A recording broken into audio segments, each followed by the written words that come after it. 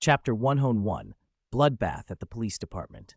Lord Li Ming, are we going to counterattack now? Penguin asked eagerly once the immediate problems had been settled. No, Li Ming said. First we consolidate, follow the Gotham Gang's code, don't harass civilians, collect protection fees, and provide protection when it's due.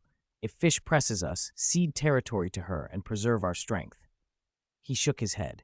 Let Gotham fall into chaos. The more Fish's influence grows, and the more outrageous her people behave, the more our restraint will make the Gotham Gang stand out. Just do as I say, he added, giving no further explanation. The men around him had already tied their fates to the Gotham Gang. They had no choice but to obey. Li Ming called Penguin over and ordered him to assemble an elite strike team ready at a moment's notice. Even if the gang was to remain dormant for a while, they could not be completely idle. Li Ming wondered why a man like Galavan, rich and influential, would play the villain when he could craft a heroic image instead. Surely his money wasn't just sitting in the bank collecting interest? He watched the other leaders come forward, pay their respects, and re-establish the chain of command. Penguin still held tight control. The rabble had made small moves, but none had the strength to challenge him. With Li Ming back, the transition was smooth. After a short ceremony, Li Ming returned to the gang's headquarters, where the subordinates came to swear loyalty. He was not hiding, he had come back for power, and people in power should not lurk in the shadows. Oswald, is Loeb still commissioner of the Gotham Police Department? Li Ming asked at one point. Yes, Penguin replied.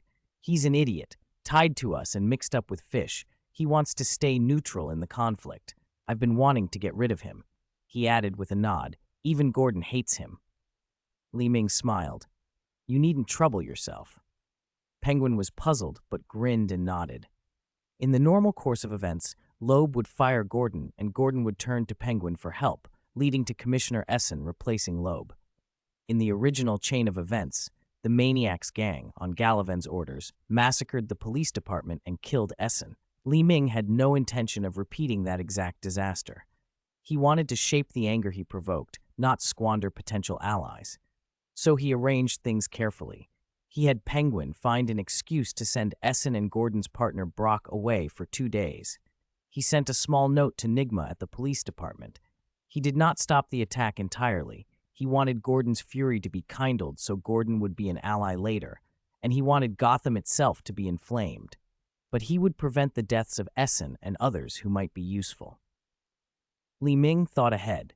If he toppled Galavan and helped Penguin into the mayor's office, the Gotham Gang would be poised to dominate both Gotham's underworld and its legitimate institutions. To maintain that power, Gotham needed constant instability. Enemies were useful. The Court of Owls and various villains would be the gang's future tests. He knew the court's members and felt confident he could crush them. Ra's al Ghul, however, was another matter, an ancient man who sought death and saw Bruce Wayne as his means to that end. Li Ming would watch that from the sidelines. Villains like Jerome and Riddler Nigma he would cultivate if possible. Jerome might even be turned, or at least contacted for future cooperation. 2 days after Li Ming set his plans in motion, the news came. The Gotham Police Department had been attacked. The headlines promised a scene strewn with corpses. In truth, besides Commissioner Loeb, only 9 people had died. Most of the rest had faked their deaths. Self-preservation was no shame. No one had tried to mount a defense. Gordon, the one man likely to fight, had been lured away by Barbara before the assault. He felt no satisfaction in that emptiness. The attack on the police, regardless of how corrupt many of them were, violated the sense of justice he still clung to. Li Ming received Jerome's father Cicero's address from Penguin and prepared to go. He turned down Penguin's offer to accompany him. Some things were better done without fanfare. Still, he wanted Penguin to continue strengthening the gang's position in the city. Arkham teemed with talent, and Gotham's simple folk would need leaders who could both threaten and protect. Keeping enemies close, or at least unpredictable, would help secure the gang's importance. Li Ming stood at the door of Cicero's apartment and paused. From inside came Jerome's wild, high laughter, audible even with the door closed. He did not enter at once. Tabitha Galavan was there, and Li Ming did not want to interrupt their private revelry. Jerome had been reborn since Galavan pulled him from Arkham. Everything fit him, the chaos, the adoration, the sense that finally someone had seen him. He delighted in every perverse order, every performance. Someone had placed a crown on his madness and whispered that he would become Gotham's superstar. Tonight, he was in rapture, ready to carry out Galavan's wishes down to the most terrible detail, including the one order that cut the deepest, to kill his own father. Ming listened to Jerome's laughter spill into the hallway, a manic sound that seemed to shake the plaster. He smiled without emotion. In Gotham, terror was a currency, and Jerome, drunk on attention and approval, was spending it lavishly. Chapter 102, Jerome Hunter. Inside the room, Jerome was recounting the brutal treatment he'd suffered as a child. Every spring, on my birthday, the circus would roll into town. That's when my mother would drink and sleep with some man. They'd party all night and beat me half to death. He thought for a moment. I remember the year I was 9. They'd just finished the first round. Drinking, sex, beating me. He shook his head, picked up a dagger from the table. They kicked me out of the trailer, and you were there too. Lowering his voice, Jerome mimicked Cicero's tone. Why are you crying, Jerome? It's my birthday today, but my mother and the snake dancer beat me. He spoke in a childish voice, pinching his throat. Then his expression snapped back to something harder. Then you said, he imitated again, colder now, the world doesn't care about you or anyone else, Jerome. You'd better understand that. A strange laugh bubbled up from Jerome. He stepped toward Cicero. Now there's someone who believes in me, who thinks I can be a superstar. Tonight, everyone in Gotham will see that. He untied the cloth over Cicero's mouth. Except you. By then, you'll be dead. Jerome, Cicero tried to speak, hopeful, but Jerome cut him off. Is this the part where you tell me how sorry you are? He blocked every protest. Are you going to say I should have believed in you, that it's not too late to start over? Jerome grabbed his father's collar. Tell your daddy it's too late. You don't have to do this, Cicero said weakly. I was a bad father, but I loved you. Kill me for this. His voice trailed. Jerome laughed, a bubbling, manic sound. That's not why I'm killing you. He picked up the items he'd brought with Tabitha. Blueprints for Arkham Asylum. Look at these. He held up a stack of papers, then realized Cicero was blind. Jerome, visibly disappointed, tapped Cicero's head with the letters. These are letters between you and your crazy son. Innocent enough on the surface, but Officer Gordon, you remember him, right? Jerome's grin widened. He'll feel the raised dots, the braille, and assume that it's just a loving father, Jerome finished. You and your son discussing my escape. He spread his hands theatrically. And this, he held up another device, hypnotic gas to stun the guards. The person who helped me escape doesn't want anyone to know he did it. Jerome shook his head as if at a private joke. When the police arrive, they'll think, this old blind man truly loves his son. What a good father. Everyone in this room will be in tears. He picked up Cicero's tie and made a mock motion of dabbing away feigned tears. Cicero insisted weakly that they wouldn't believe it. Of course they will, Jerome said confidently. The police are stupid. Let's finish this quickly and leave. Tabitha, who'd been standing by, was growing impatient. It's a shame you'll miss my big night, father, she muttered. Jerome shook his head, raised the dagger, and asked casually, Oh, by the way, you're a psychic. What did you see? Cicero, knowing he would not survive, answered in a barely audible voice, You will become Gotham's curse. All you leave behind is madness and death. Jerome chuckled softly. Say hello to Mother for me. From outside the door, Ming watched and thought that every psychologically twisted villain had a twisted childhood. If Jerome had been born into a normal family, he might have been an angel. A scream cut through the moment. This time, Gordon didn't burst in to stop it.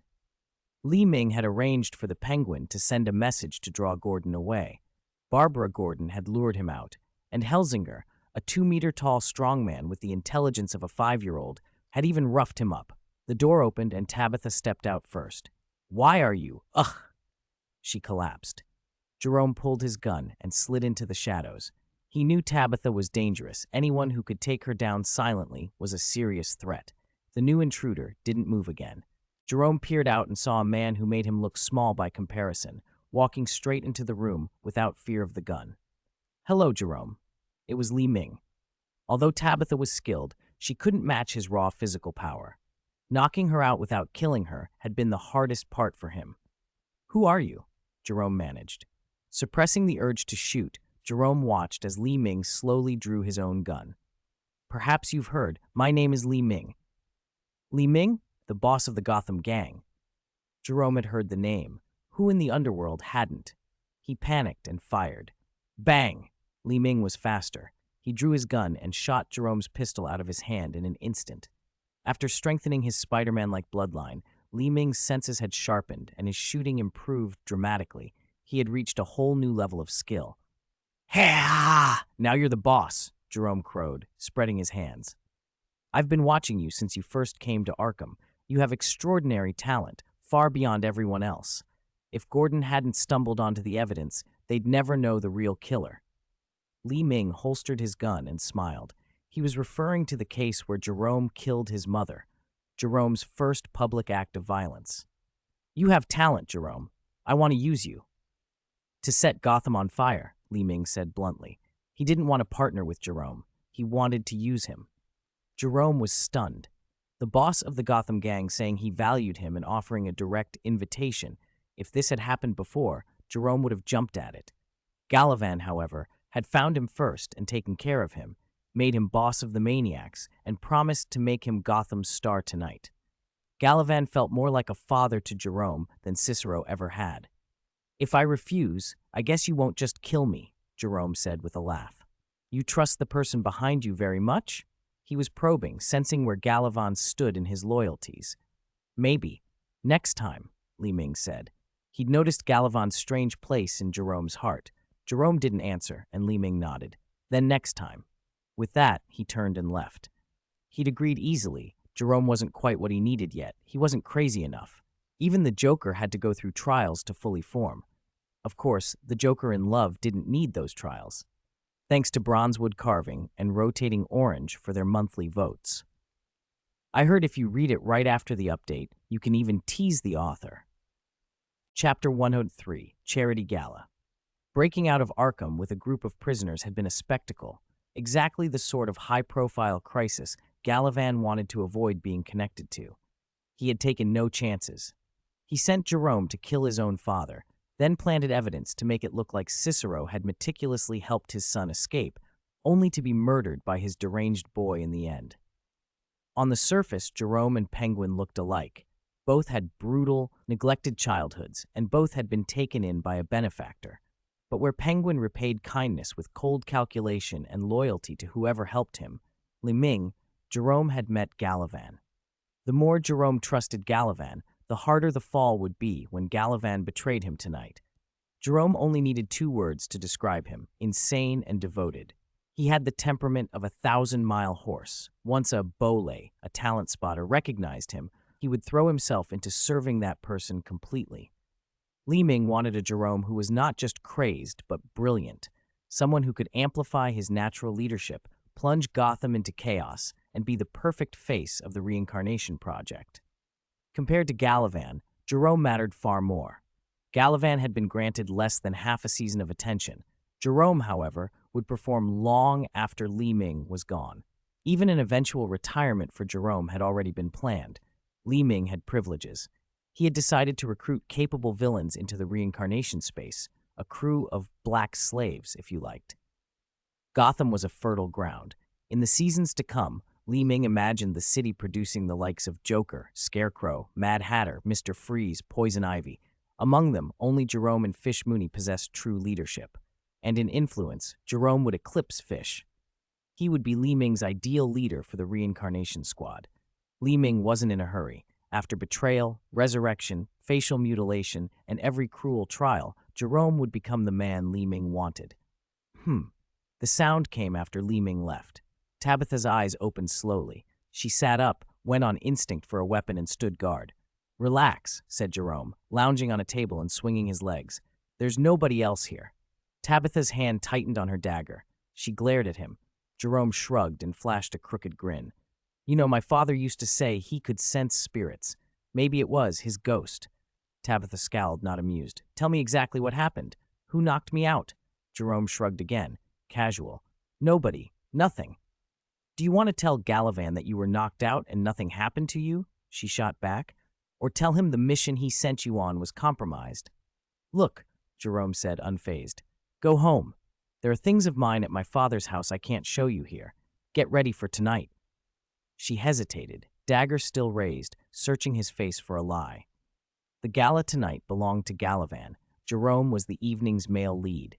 Gallivan ruled with a cruelty that swallowed anyone who pried too closely.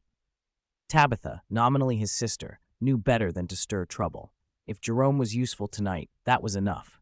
Besides, whatever happened to Jerome that night would mean he wouldn't be around much longer in Gotham, one way or another. She lowered her hand and stalked out. Li Ming rejoined Penguin and a contingent of Gotham gang lieutenants. The charity gala would be a perfect stage, Gallivan's platform, but ripe for Li Ming's own performance. He had returned to Gotham after 8 months away and needed an entrance that would announce his presence to every powerful face in the city. The gala was famous, long-standing, and full of Gotham's political and financial elite. The Waynes always attended, whether they meant to or not. Bruce had come because he had promised Alfred he would.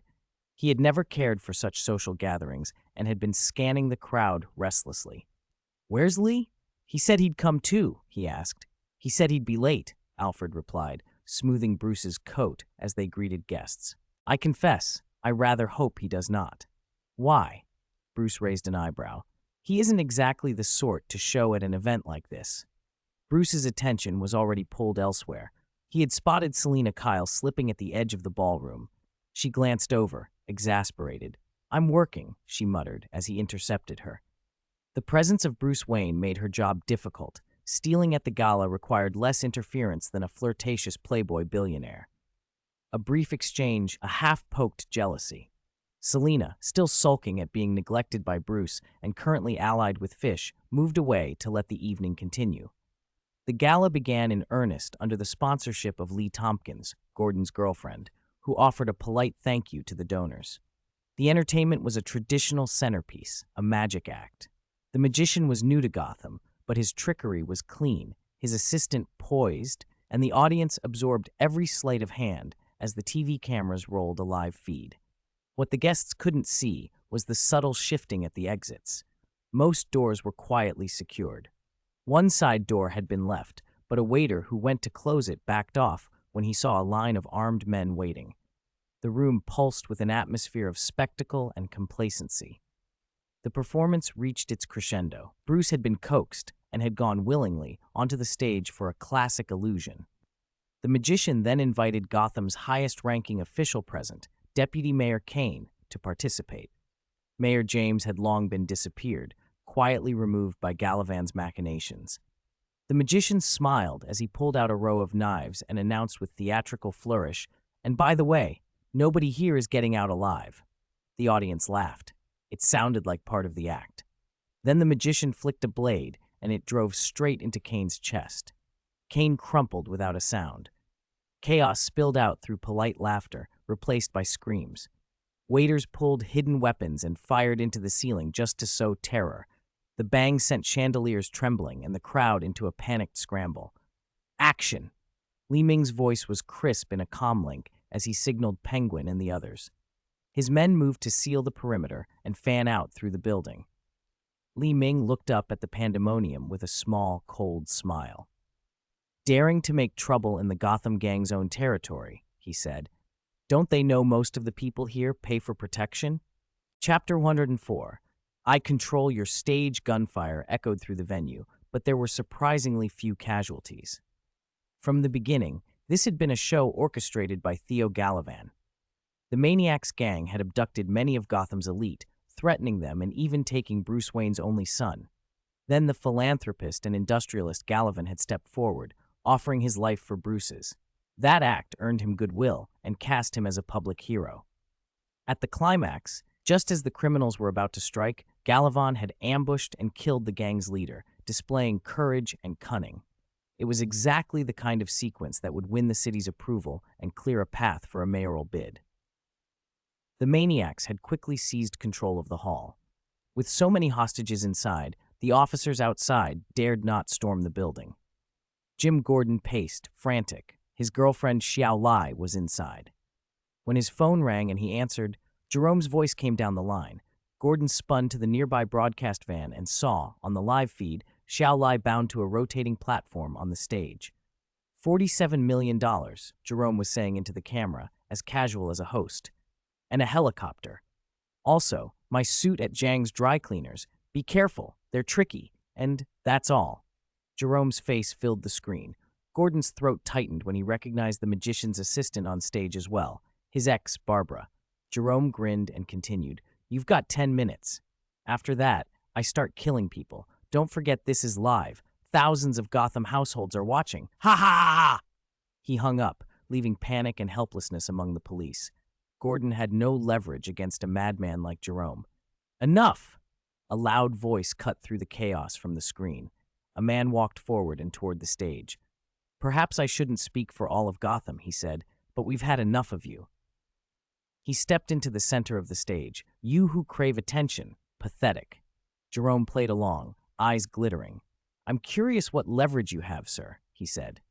The man turned to the camera and introduced himself in a practiced tone. Theo Galavan. Li Ming, watching from a corner, felt like laughing. The self-introduction was theatrical, scripted down to the last gesture. He signaled to his men. I know there's still some humanity left in your heart. If you really must take hostages, Galavan began.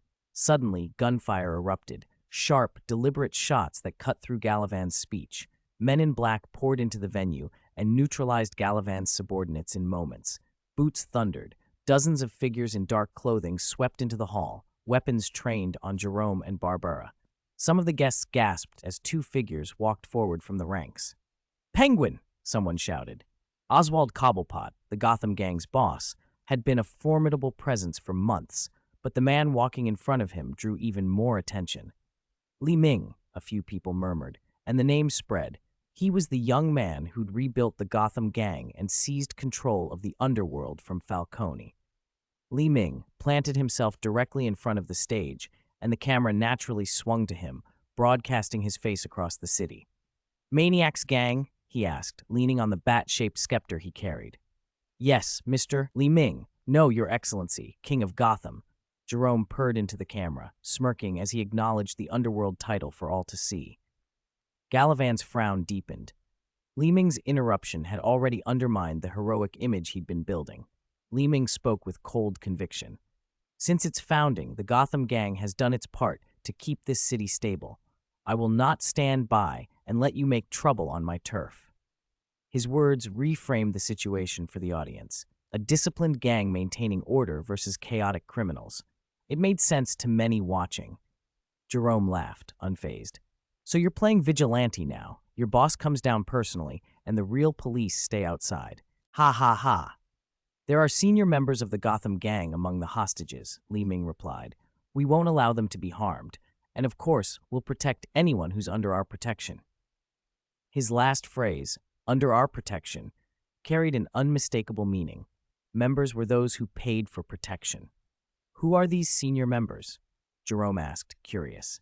Bruce Wayne, Li Ming said bluntly, declaring to the world that the Waynes were under his protection. He lived at Wayne Manor. The connection was visible enough. Jerome's eyes lit up. Then he casually aimed his gun at a middle-aged man in the crowd. Is he a member? Tom Bowers? Li Ming shook his head. No. Bowers came from another prominent Gotham family, but he hadn't paid protection. Jerome squeezed the trigger. The shot cut the man down.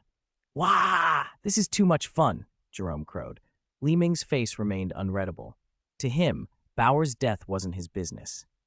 It hasn't been 10 minutes yet, Li Ming said dryly. Oh, I'm sorry, I forgot. Jerome bowed toward the corpse with mock sincerity. My apologies, Mr. Bowers. Galavan watched the exchange from the edge of the stage. Every casual word between Jerome and Li Ming elevated the Gotham gang's standing and shoved Galavan's fabricated heroism further into the background. He couldn't take it. 2 more lines and the city would forget the man who had stepped forward as savior. Enough. Galavan's voice rang out. Jerome turned, bewildered. For a moment, he might have thought Galavan planned to let them go. Then Galavan lunged, knife flashing, and plunged it into Jerome's neck. Jerome gurgled and could not speak. Galavan held him close, whispering, I know, Jerome. This rehearsal was different, but now the script has changed. The hero has arrived. Jerome's eyes widened. He'd been used from the start. He'd trusted a man and paid with his life. As he struggled, his gaze flicked toward Li Ming. Li Ming's face showed no surprise. He was smiling, lips moving. Jerome understood the silent message. He'd seen that expression before. Next time. Jerome forced out a few rasping syllables. Next time. Galavan didn't catch it. Jerome no longer cared. A final, bright smile lit his face, and then the light left him. Chapter 105, The Gotham Gang, the People's Good Gang. Barbara slipped away through the hidden passage with practiced ease. It wasn't that too many people could have caught her. No one tried. Without Li Ming's order, the Gotham Gang members would not lift a finger. Gordon, bound by the law, wanted to pursue, but he was always a step behind, and Li Ming didn't seem to care why. Galavan let out a quiet breath. Despite the messy execution and the underwhelming effect, killing Jerome would still win him prestige. Yet compared to Li Ming, the attention Galavan received was paltry. The sudden public return of Gotham's most powerful crime boss naturally stole the spotlight from a rich man who had ambushed a criminal. Jerome might be dead, but his insanity had already been broadcast into countless living rooms. His laughter and methods had been imitated by the city's poorest and most disenfranchised. The angry, oppressed, and broken saw in his chaos an answer to their suffering. People who were usually bullies could become destructive when provoked. Anyone could snap on a bad day. That crowd only needed a leader, and Jerome, while alive or dead, had been the perfect candidate. For now, Jerome was gone, and Li Ming could afford to let the contagion of his ideology ferment on its own. Gotham would never lack criminals, whether Jerome returned or not. If Li Ming's goal was only money, a stable Gotham would suffice. He wanted more than wealth, he wanted power. Control over order or chaos alike would be his power. The charity gala wound down, and the room swarmed with people thanking Li Ming. Members who had dealings with the Gotham Gang felt honored. When the attack happened, the gang had arrived faster than the police. Li Ming gave Bruce Wayne credit for assistance, but the protection they received was real. Families who had once mocked those close to the gang now felt vindicated. What use was pretending to be noble? They made more money and dirtier deals behind the scenes, and when danger came, their saviors didn't care whether they lived or died. With the gang's protection, at least they were safe. Everyone present, from old allies to distant acquaintances, lined up to flatter Li Ming. The Gotham courts had cleared many Gotham Gang members in the last 2 days, and now the long-absent boss shone again, an unmistakable signal that the gang might be turning the tide in the war. Li Ming smiled, took the moment, and spoke to the crowd. "Protection?" he said. "That's only for senior members. Right now that's Wayne, but I advise all members to sign up for our exclusive security service. As long as the Gotham Gang's security stands, our employers will never be in trouble. Some members might find that inconvenient, so the Gotham Gang will build a refuge hotel in the city. While the gang exists, the hotel will always be a safe haven." The idea of a refuge hotel, his thinly veiled homage to the Continental, piqued interest and drew scoffs in equal measure. If the Gotham Gang could deliver on its promise of protection, such a hotel would be the perfect symbol of its strength. Reporters edged forward, and Li Ming took the opportunity to go on live television. The Gotham Gang isn't the same reckless force it once was. We see maintaining Gotham's stability as our duty. With us, the days of citizens being bullied are over. Over the past months, many have felt safer. You won't have to worry about your children or wives vanishing without reason. If you're attacked on the street, you can call the Gotham Gang for help. People watching at home nodded. After the gang's establishment, public order in its territory had noticeably improved. The reporter pressed on. "But you're a gang. You have gray businesses, extortion, protection fees." "I won't deny it," Li Ming said. "But if we didn't do it, someone else would, and they'd be worse. They would collect more, protect less, and terrorize the streets with robberies and trafficking. Many of those so-called taxes go back to the people in different forms. I like an old saying, from the people, for the people. Believe me, the Gotham Gang is not the enemy of the citizenry. We protect the people, we respect the police, and safety must come first. Chaos is Gotham's enemy," he concluded. The Gotham Gang is a gift to all Gothamites. A gang boss delivering such words on live TV stunned people, but it rang true for many. They remembered a brief stretch of relative peace before the gang wars had erupted, perhaps the first time some had seen Gotham so orderly. Even during recent unrest, citizens in the gang's territory had lived better than those elsewhere. People had felt that reality, and Li Ming's message landed harder than Jerome's madness ever had. For most, safety beat chaos. The interview wrapped, and Li Ming watched the clip circulate with a satisfied smile. The reporter had been steered to him by careful hands. The broadcast would elevate the gang's standing and sway the ongoing struggle with Fish. Fish's territory, destabilized by uncontrolled gangs running rampant, left citizens suffering, making them more likely to favor Li Ming's promise of order. Galavan realized he had misjudged this newcomer. Li Ming had stabilized the scene and seized the moral high ground. He was an opponent who needed to be neutralized. While he listened to the interview, Galavan's mind ticked through schemes to bring the Gotham Gang down. Then his eyes landed on Penguin, standing close to Li Ming, and an idea flickered into being. Chapter 106. Galavan thinks he's done well. At the end of the banquet, something unexpected happened. When Alfred saw Dr. Lee Tompkins hosting the event, he felt a sudden, foolish rush, almost love at first sight. After Gordon had rescued her earlier, he and Bruce went up to greet her, hovering with polite concern. Ming finished his interview and walked over. Seeing the little scene, he raised an eyebrow at Bruce and Gordon. Gordon wore a strange expression. Bruce privately chuckled and shook his head. Li Ming said nothing. Bruce finally couldn't hold it in. He offered a quick goodbye and briskly dragged Alfred away before he could make any more of a spectacle. "What's the rush?" Alfred asked, puzzled. He glanced back at Dr. Tompkins, only to see her kissing Gordon. That was when the truth hit him. She was Gordon's girlfriend. Alfred had made a complete fool of himself. "You knew, didn't you?" Alfred accused, turning to Bruce when he saw his expression. He glared at Li Ming, who was trying hard not to smile. "You didn't tell me." Mortified, Alfred slunk off as the others smiled and moved on. Li Ming stepped forward to introduce himself. "Nice to meet you, Dr. Tompkins," he said smoothly. "Please call me Li." Li was gracious in return, polite not just because Li Ming was a prominent figure in Gotham, but because she knew he and Gordon were on good terms and that Li Ming had helped Gordon before. When she left them to talk privately, Li Ming and Gordon were alone. "I heard about Barbara," Li Ming said, his tone apologetic. "I'm sorry. It should never have happened. If it were up to me, Lennon would have been dealt with on the spot." Gordon was referring to Lennon. If Lennon hadn't been acquitted, he wouldn't have been free to harm Barbara. "You're not the one most at fault," Gordon replied. Li Ming shook his head in agreement. He found it absurd that a murderer with clear evidence could walk free, except Lennon came from an old, powerful family, which explained the acquittal. Then Li Ming turned to the wider problem. "Are you back in Gotham to take charge?" Gordon asked. The city felt like the old days of Falcone and Maroni, gangs fighting for dominance, and the police stretched thin. Gordon longed for stability, a Gotham where the police handled ordinary crimes rather than risking their lives every day. "That's the plan.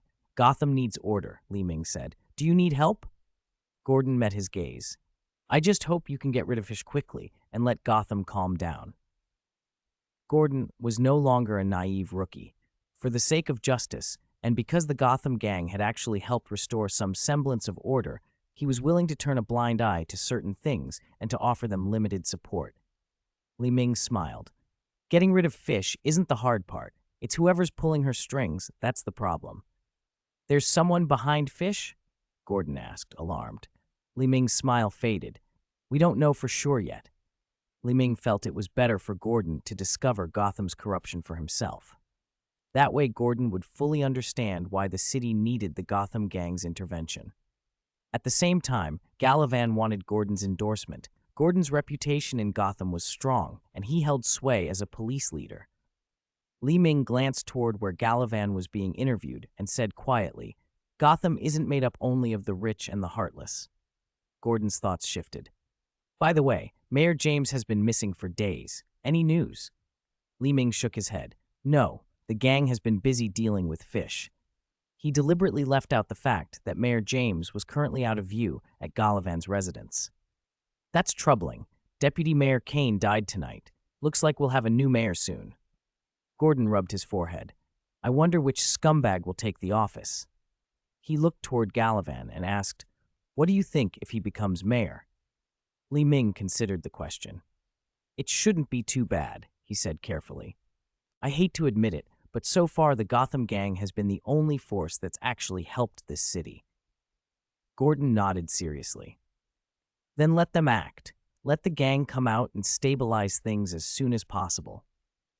I will, Li Ming promised. Far from being discouraged by losing a bit of attention that night, Gallivan was already planning his next moves. He had the resources to polish his public image and the ambition for more decisive action. Back in his headquarters, he ordered his men to pull whatever dossier they could on Penguin. The researchers turned up useful intel, enough for Gallivan to identify a weakness.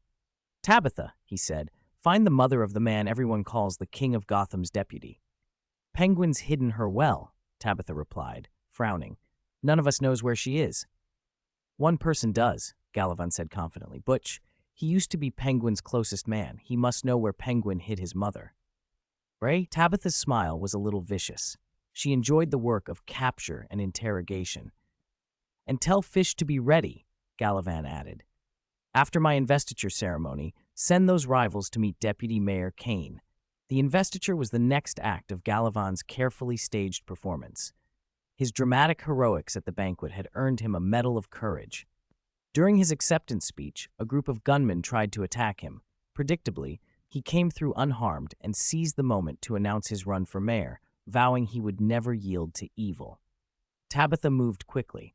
She found Fish and relayed Gallivan's orders, then went looking for Butch. When she confronted him, Butch glanced at Fish and then nodded. I know where Penguin hid his mother, he said. Gallivan wants to see her, Tabitha said.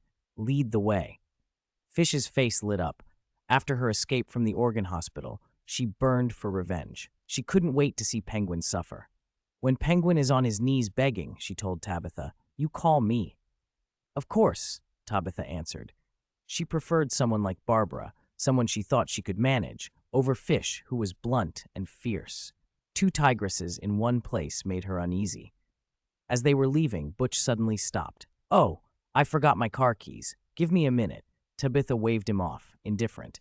But once he had moved out of sight, Butch ducked into a shadowed corner and quietly slipped his phone out. Lord Li Ming, he whispered into the receiver. Chapter 17, The Honey Trap. Butch had never wanted to betray Fish, but he could never forget that day. A sudden flash opened a ring of light in front of him, and Li Ming stepped through with Victor at his side. Everything he'd believed about who would win fell apart in that instant.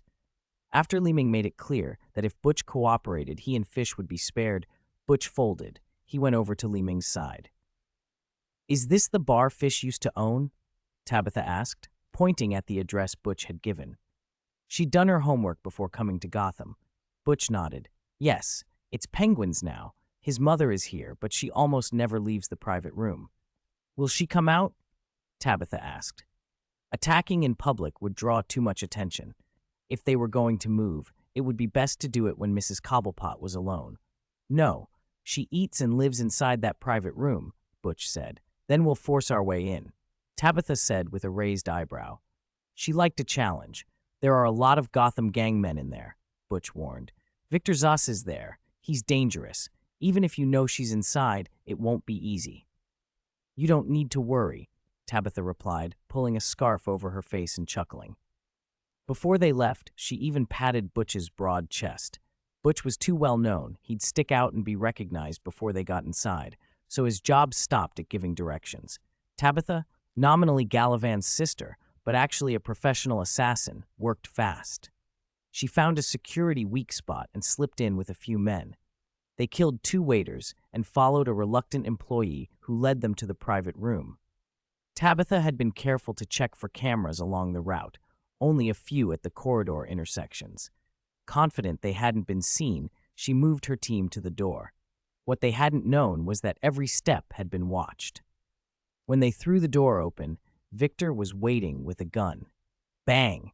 2 of Tabitha's men fell before they could react. The rest returned fire, but the shots drew the rest of the Gotham gang like blood to a wound. In the chaos, Tabitha took a bullet in the arm and had to signal a retreat, but the exit was already blocked. They paid a heavy price getting back to the street. 3 more of her people died before she and 1 remaining accomplice could force their way out. As Tabitha and the last man burst into the alley, the bald youth, Butch, sprang out and fired a shot, covering their flight. Then, surrounded and alone, Tabitha braced for the worst. A small car roared up and screeched to a stop. "Get in," Butch called. She slid into the passenger seat and he floored it. They put distance between themselves and the bar in seconds. Back inside, Victor, who had been acting casual, picked up his phone and reported everything to Li Ming.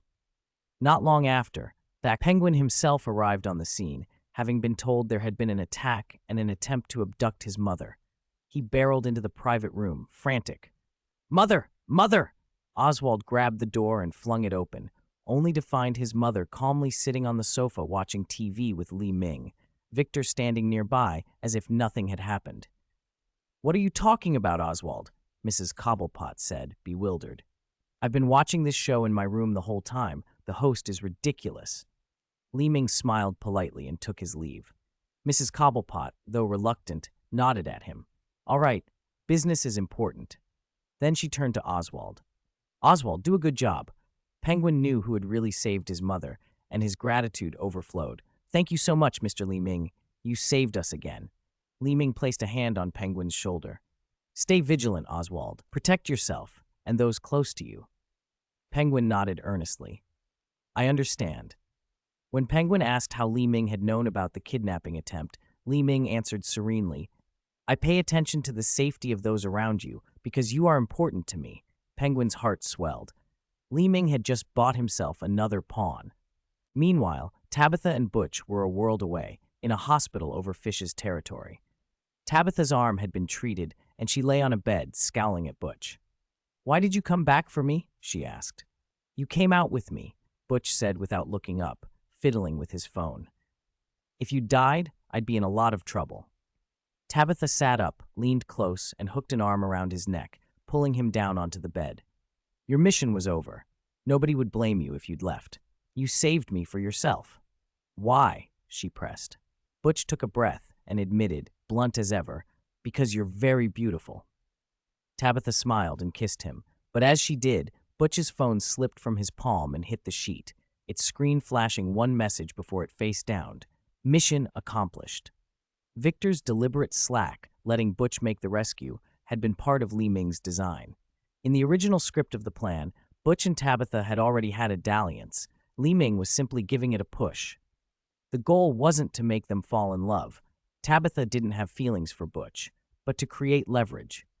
If Li Ming ever claimed that Galavan's secrets had been leaked because of her ties to Butch, no one would accept an explanation of a passing romance.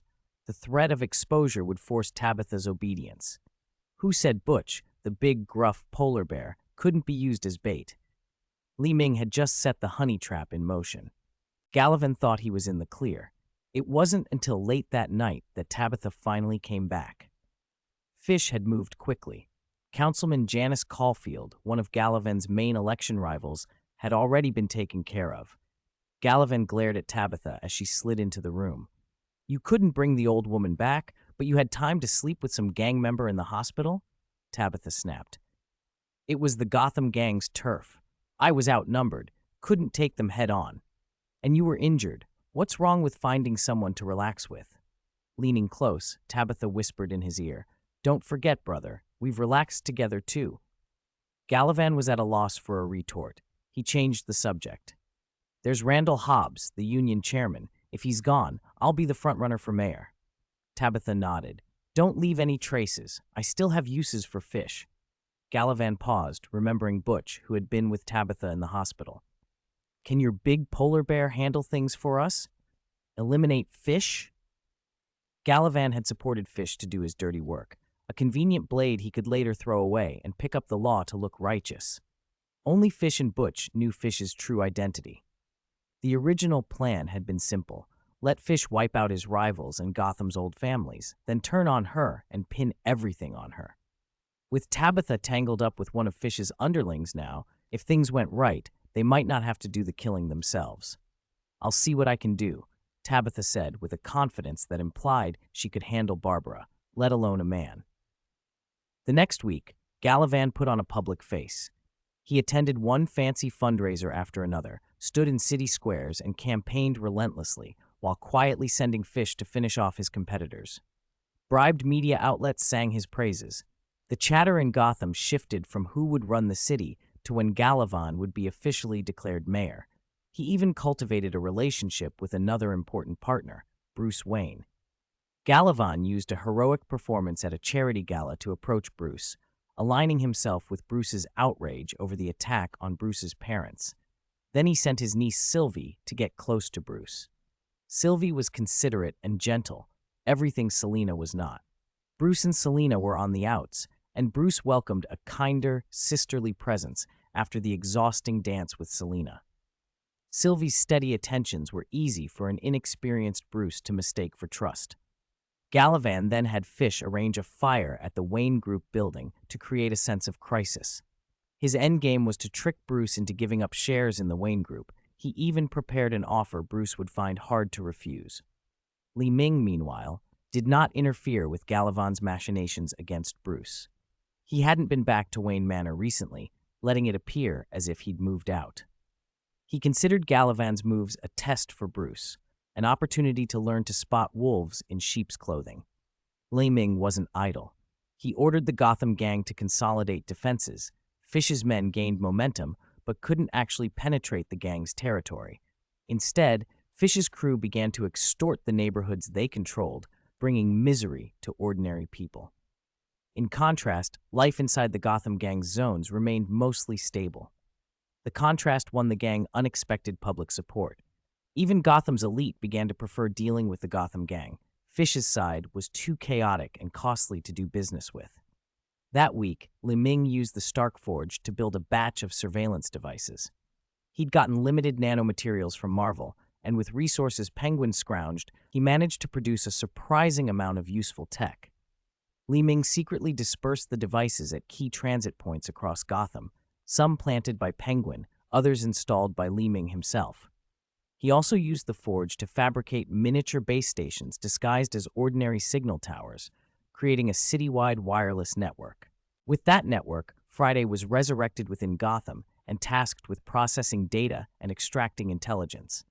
Within a week, Ming had stitched together an intelligence network that covered Gotham's streets and alleys. Sharpening the axe didn't delay the work. From now on, every move by Fish and Gallivan was being watched. Let them run for a week or two. Like the Monkey King trapped in the Buddha's palm, they couldn't escape unless someone more powerful intervened. The gang was large but couldn't access top-tier materials, so Ming couldn't yet outfit every member with high-end armor. He didn't need to. The surveillance grid was enough for this stage. Alongside the tech effort, the Gotham gang picked a luxury hotel that Ming planned to convert into the Sanctuary Hotel, his version of a Wayne Tower, and a new Gotham landmark. Gallivan knew the gang's improved standing and didn't care. In his mind, once he was mayor and had wrested control of the Wayne Group, what advantage did a gang hold? At Wayne Manor, Ming returned quietly after a long absence. He found Bruce in the drawing room, looking more pleased with himself than usual. "You've been smiling a lot, Ming teased. Bruce flushed, embarrassed. Then Ming grew serious and dropped a line that froze Bruce mid-bite of the snacks he had been happily devouring. "Bruce, I have a lead on who killed your parents." Bruce's hand slipped. The snacks fell to the floor. At the same moment, Friday notified Ming of a new message on his phone. Butch had texted, "Gallivan wants me to go undercover with Fish. Should I agree?" Chapter 109, Launch Announcement, Pleading for First Subscription, Crying While Pleading. This book is finally launching. Confetti, well, not literally, the story has only just begun. Pleading for first subscription. Pleading for first subscription. Pleading for first subscription. This is my first book, and when I first published it, I was so unsure, wondering if anyone would like it. Every time someone left a comment, I'd like it and reply, because each one felt like a pleasant surprise. Whenever I got tired from writing or hit a block, which happened a lot, I'd go read the comments, and I'd get energized again. That's why some readers said they often caught me in the comment section. Now that there are more chapters I can't reply to and like every comment, but I do check the latest comments frequently, so come catch me. A reader once asked if I'd sadly watch the favorites count slowly increase in the author's assistant app. You nailed it. From 1 to 100, 1,000, 5,000, then 1,000, I watched it grow bit by bit. I'm especially grateful to all the readers who like this book. It's come this far only because of your support. The first round of recommendations dropped, but thanks to everyone's consistent reading, the book actually revived and went through 4 rounds of recommendations. The results aren't spectacular, but for a new author and a new book, I'm already very happy. I'll keep working hard. At the beginning, I could only write about 500 characters an hour. Now I'm stable at around 800 to 1,000. That's progress, so please stop scolding me.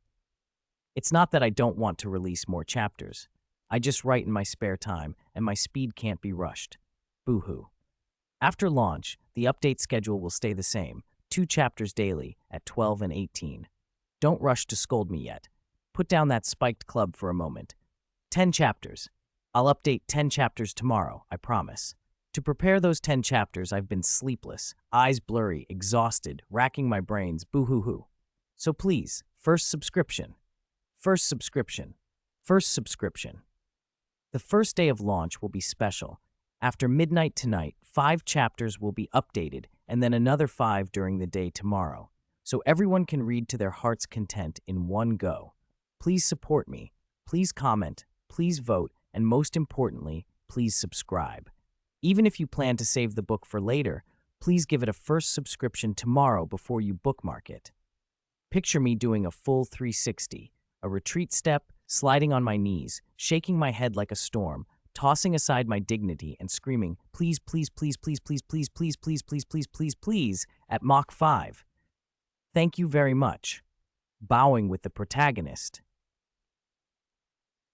Bowing with the other characters in a line. Finally, a big thank you to all the readers on the fan list. If I missed anyone on the Chidian fan list, please let me know. Reader 2021-02-15-558413. Ching Ching Wei Bi. So, it was Shifeng White Moon doesn't return. Yuzhou Qingyu Book of the Bewildered. Yogu Cheng Void Ulcer Pawnshop Merchant. Instructor Fei Young Man Wielding a Spear. Peerless in the World Black Cat in the Rain. Reader 116049911485231105. Rotating Orange Dusk of Evening Night. Iron-Blooded Lotus AKMQS. Reader 220439-351. Reader 222050-627444. Sleepy Monster Final Article. Wenhao Xiao Yi. Yishao Body of a Sparrow. Linjas and QSG Jekge. Yusin Jekao. Puji Man Rainy Night's Mood. Who takes a serious nickname Rayo and L Reader. 2220419230555. Okay, it's a handsome guy. Sunny and cheerful Yasuo Reader 2021-2122-12705. Scarlet Reader 2021-07-0168-28779. Night. Melody Reader 2220-0108-48763. QGabu. Escaping into the Clear Sky. If you're going to use it, use Jinkala Chinrokshu Reader 2020-0704-1055, Walem 204, Reader 2020-0228-10563774. Junchishui Crazy and Maple Leaves, Flying Hydra Know What to Name It. Reader 29-0820, Tor 205-3126, Pengia Didn't Dig Your Ancestral Grave. Reader 29-05-05-10-104137, Reader 2004-15809, Chef Edge. Ben Xiaoho Reader 2010-30-11065-7877-3046. My name is Sunny. So what? Ink Ice Rabbit Reader 280423-21352663DZ. Speechless Reader 280204-1tell3do-6273. Reader 271252744465. Kinky Little Angel Reader 2022-01-13-2717. Knowing the Lost Path and Returning Reader 2021-03-01-110-656-485. Enemy TV Reporter Group Dong Dong. Dong Dong Dong Day of Chrysanthemum Blue Misfang Little Suno 1 Skywalker Elegy. Hedda Airfei Heartless Perching in the Sea. Quite awesome. Myriad Origin, Celestial Venerable Reader, 1160538146001 Nanshan Nursing Home Resident, A Big Smoking Gun VVIP Reader, 9527 Infatuated Confused Egg Loading Drugs is Justice Damn Nickname. I Won't Change It Gungnir, Injured Fatty Crazy, Bookworm Canon Nikai Luoshi, Sha Magic Little Do Memory of Gad Cat in the Void, Qyen Tom Miu Miu Beyond the Horizon, Elfeng Wanshu Golding Shuchen Olian 7986434001, Reader 22228058523, Air Ming Reader 2023046021079195. Suddenly arrived at the Old Mountain Head of the Water Classic Bronze Wood Carving Reader 2-2-082113854581, Kangyun Chejin Ultimate Lifeform. Karzeshia Good Novel Reader 2021-99908634277 Talking and Laughing at the World White Dove. Chow Reader 2021-0820 Date E05-262. Reader 2021-018-16432327 Radish Stewed Moss Tea. Jan What Joy in Life, What Bitterness in Death Ink Marks Traceable. Unspeakable, Lonely, Solitary, Cold, Lin Zixin. From now on, begin to sink fireworks. Soothe the Heart, Poor Daoxiang Bangxian Tai Hunyuan Jingtuanxiang Great Emperor Magical Potato, Your Prime Minister, Me Reader 2027-291-1852532. Lanlia Confidence is Smiling, Buddhist-style salted fish, doesn't want to flip, I won't change name until IELTS reaches 8. Reader 2020-03-312-1801747. Chengguang 06112, Dasuo Weiji Kukulin. White Knight Reader 2020-206-24431-87, A Grain of Laughter. Loyal and Righteous Master Duolong, I don't want to name it. Too Troublesome Reader 29092723 Endro 4110. Reader 290923212106-089. Reader 2909044950-829. Reader 29090830 2283. 3 Drops of Water. Invincible White Dragon. God of War. 1989-0224. Early Autumn Rainy Season Reader. 290410-1908-53714. Chosen Knight. White Knight. Delni Babaga Wulusai. Our Encounter Exquisite Grey Brother Hippo Reader. 2028-10-16-7 Tome 58427. Reader 2021-03010-525-76-312. Feng Fakesing Reader 2803-112-34601. Deicide Wanti Otaku Akai Reader 2017-0908-18-5736. 489 Red Cloud. Meteor Suyuhu Assassin Night Shadow Wild Little Newbie. Reader 20-1-1-5. Wufufin 44 Thine 4328955. Reader 20047 1142-691. Reader Strunot 1 arrives in 5 room 942 Rang. Momo Demodao Ren. Zhengsheng Watson. Supreme Stealth Death is Like Wind. Always by Your Side, Electrician Fei, MJ New, Dragonspawn Tab 233, Night Rain, Xiao Free Flying, Hozuki, Post-80s Book Reading Uncle Obituary Doll, Yiji Nightwing Lying Down is more comfortable than sitting, sleeping during Class 0. Heart? What should I say? Demon Taoist Don't Cry, The Final Prelude Minefield, Det Cool Breeze Rises, Nangong Hongjun White Ghost, Dark Star Infatuated, Delusional, Idiot Blade of Comprehensive Quality Assessment, Come Back. Well, Maple is originally a demon reader, 28-07-060877, youth driven by interest. Longshan online game, Resident Evil Love Xiaobing Shibao is the cutest. Thank you all, please enjoy the launch, and please subscribe. Chapter 110, Gotham Gang Targeted, Seeking First Subscription. Early that morning, Galavan received good news from Tabitha. Butch has agreed to side with us. Galavan straightened his jacket and smiled casually. He finally agreed. If it had dragged on any longer, I would have thought your charm was losing its edge, Tabitha. Tabitha, who had spent 10 straight days with Butch before finally convincing him, replied curtly, Then let Fish start hunting the families of Gotham. Once enough of them are dead, have Butch deal with her. How dare Fish threaten me? Father Michael and the brothers from the monastery are almost in Gotham, Galavan added. Once they arrive, the gang will be of no use to us. Everything was progressing exactly as Galavan planned. Tabitha's expression shifted a fraction. And when the gang is useless, then Butch, he must die. We can't leave any loose ends. Gallivan looked at her oddly. You haven't actually fallen for him, have you, Tabitha? Of course not, she snapped, slipping back into her cold, assassin persona. I've been with too many people to fall for every one of them. How are things on Sylvie's front? Gallivan asked. A blonde woman stepped forward. Very smoothly. Bruce is completely taken with me. He even had a falling out with that little wildcat over me.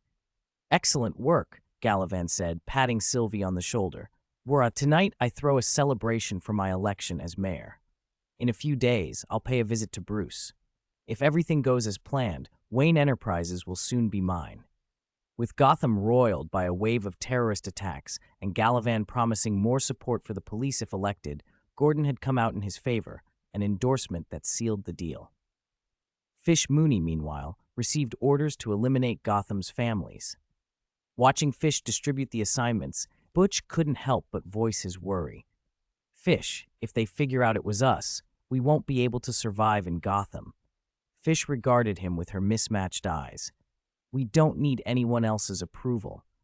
She had consolidated the prisoners being trafficked through that black market organ hospital, negotiating with the facility's management, and then shocked them into submission by gouging out her own left eye. The display convinced the person in charge to accept terms, giving her the chance to escape with a crowd of prisoners.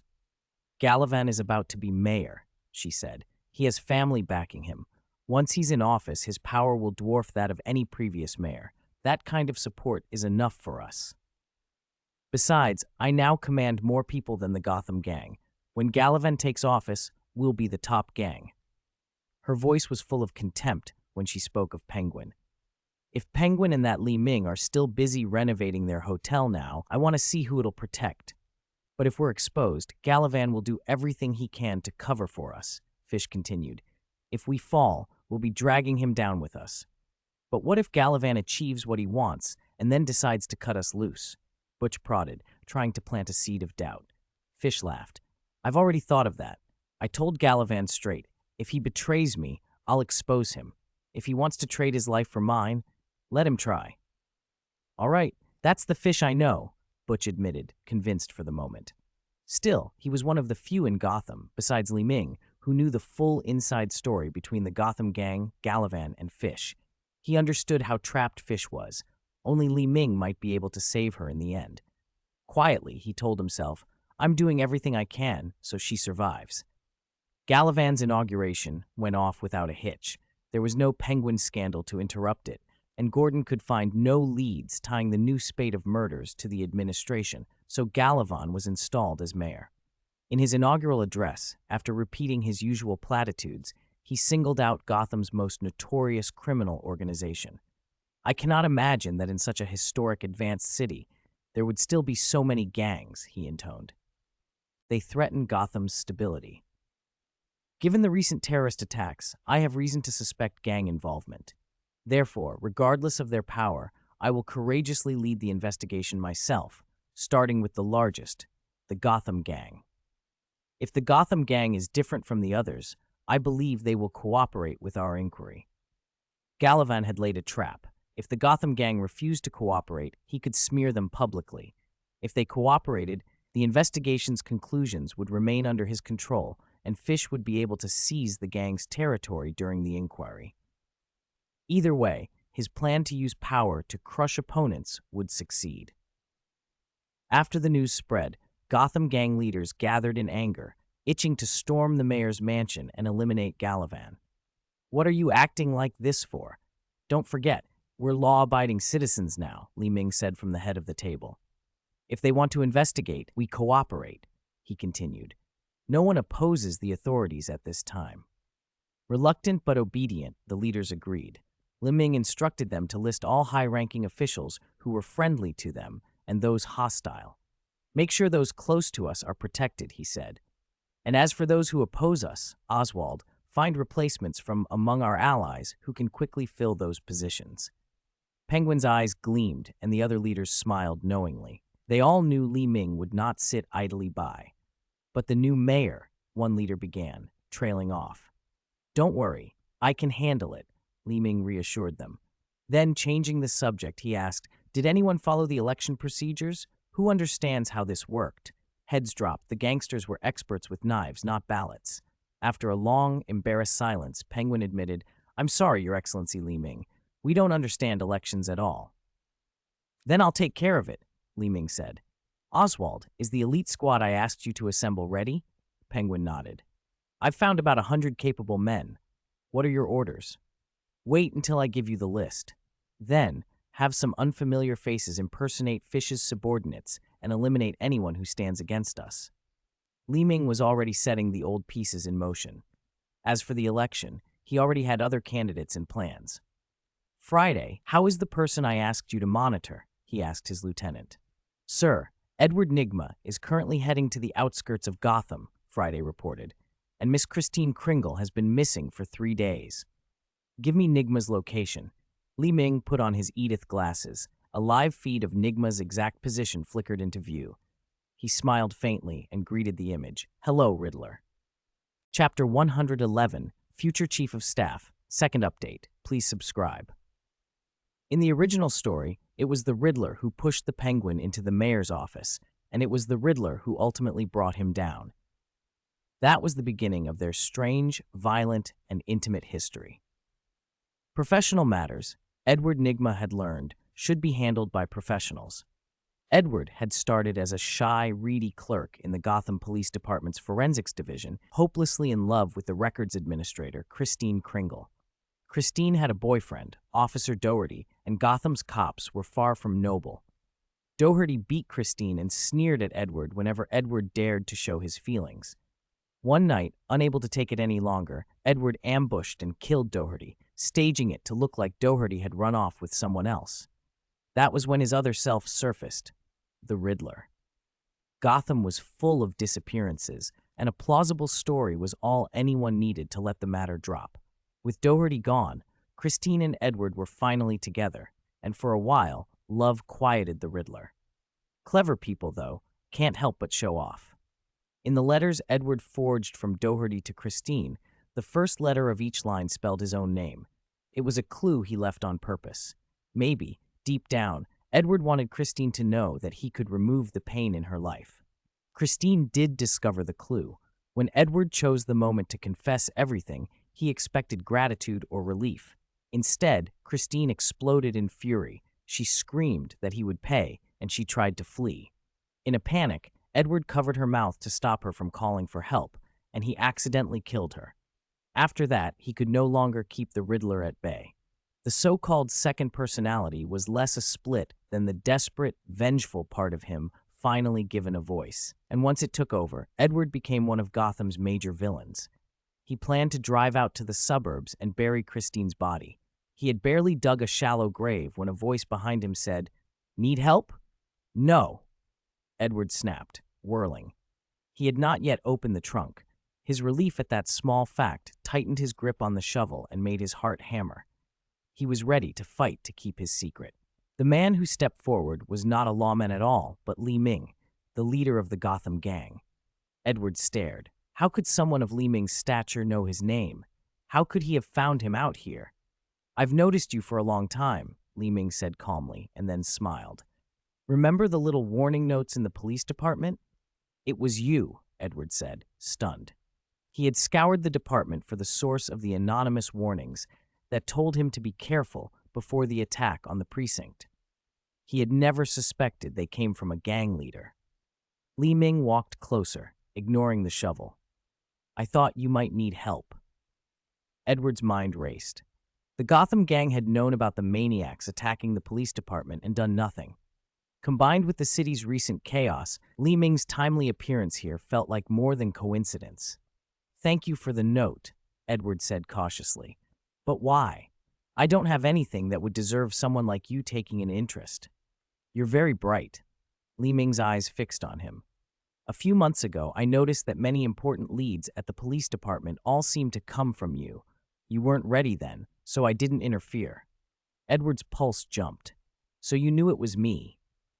Li Ming nodded slowly. "I left the note because I didn't want anything to happen to you.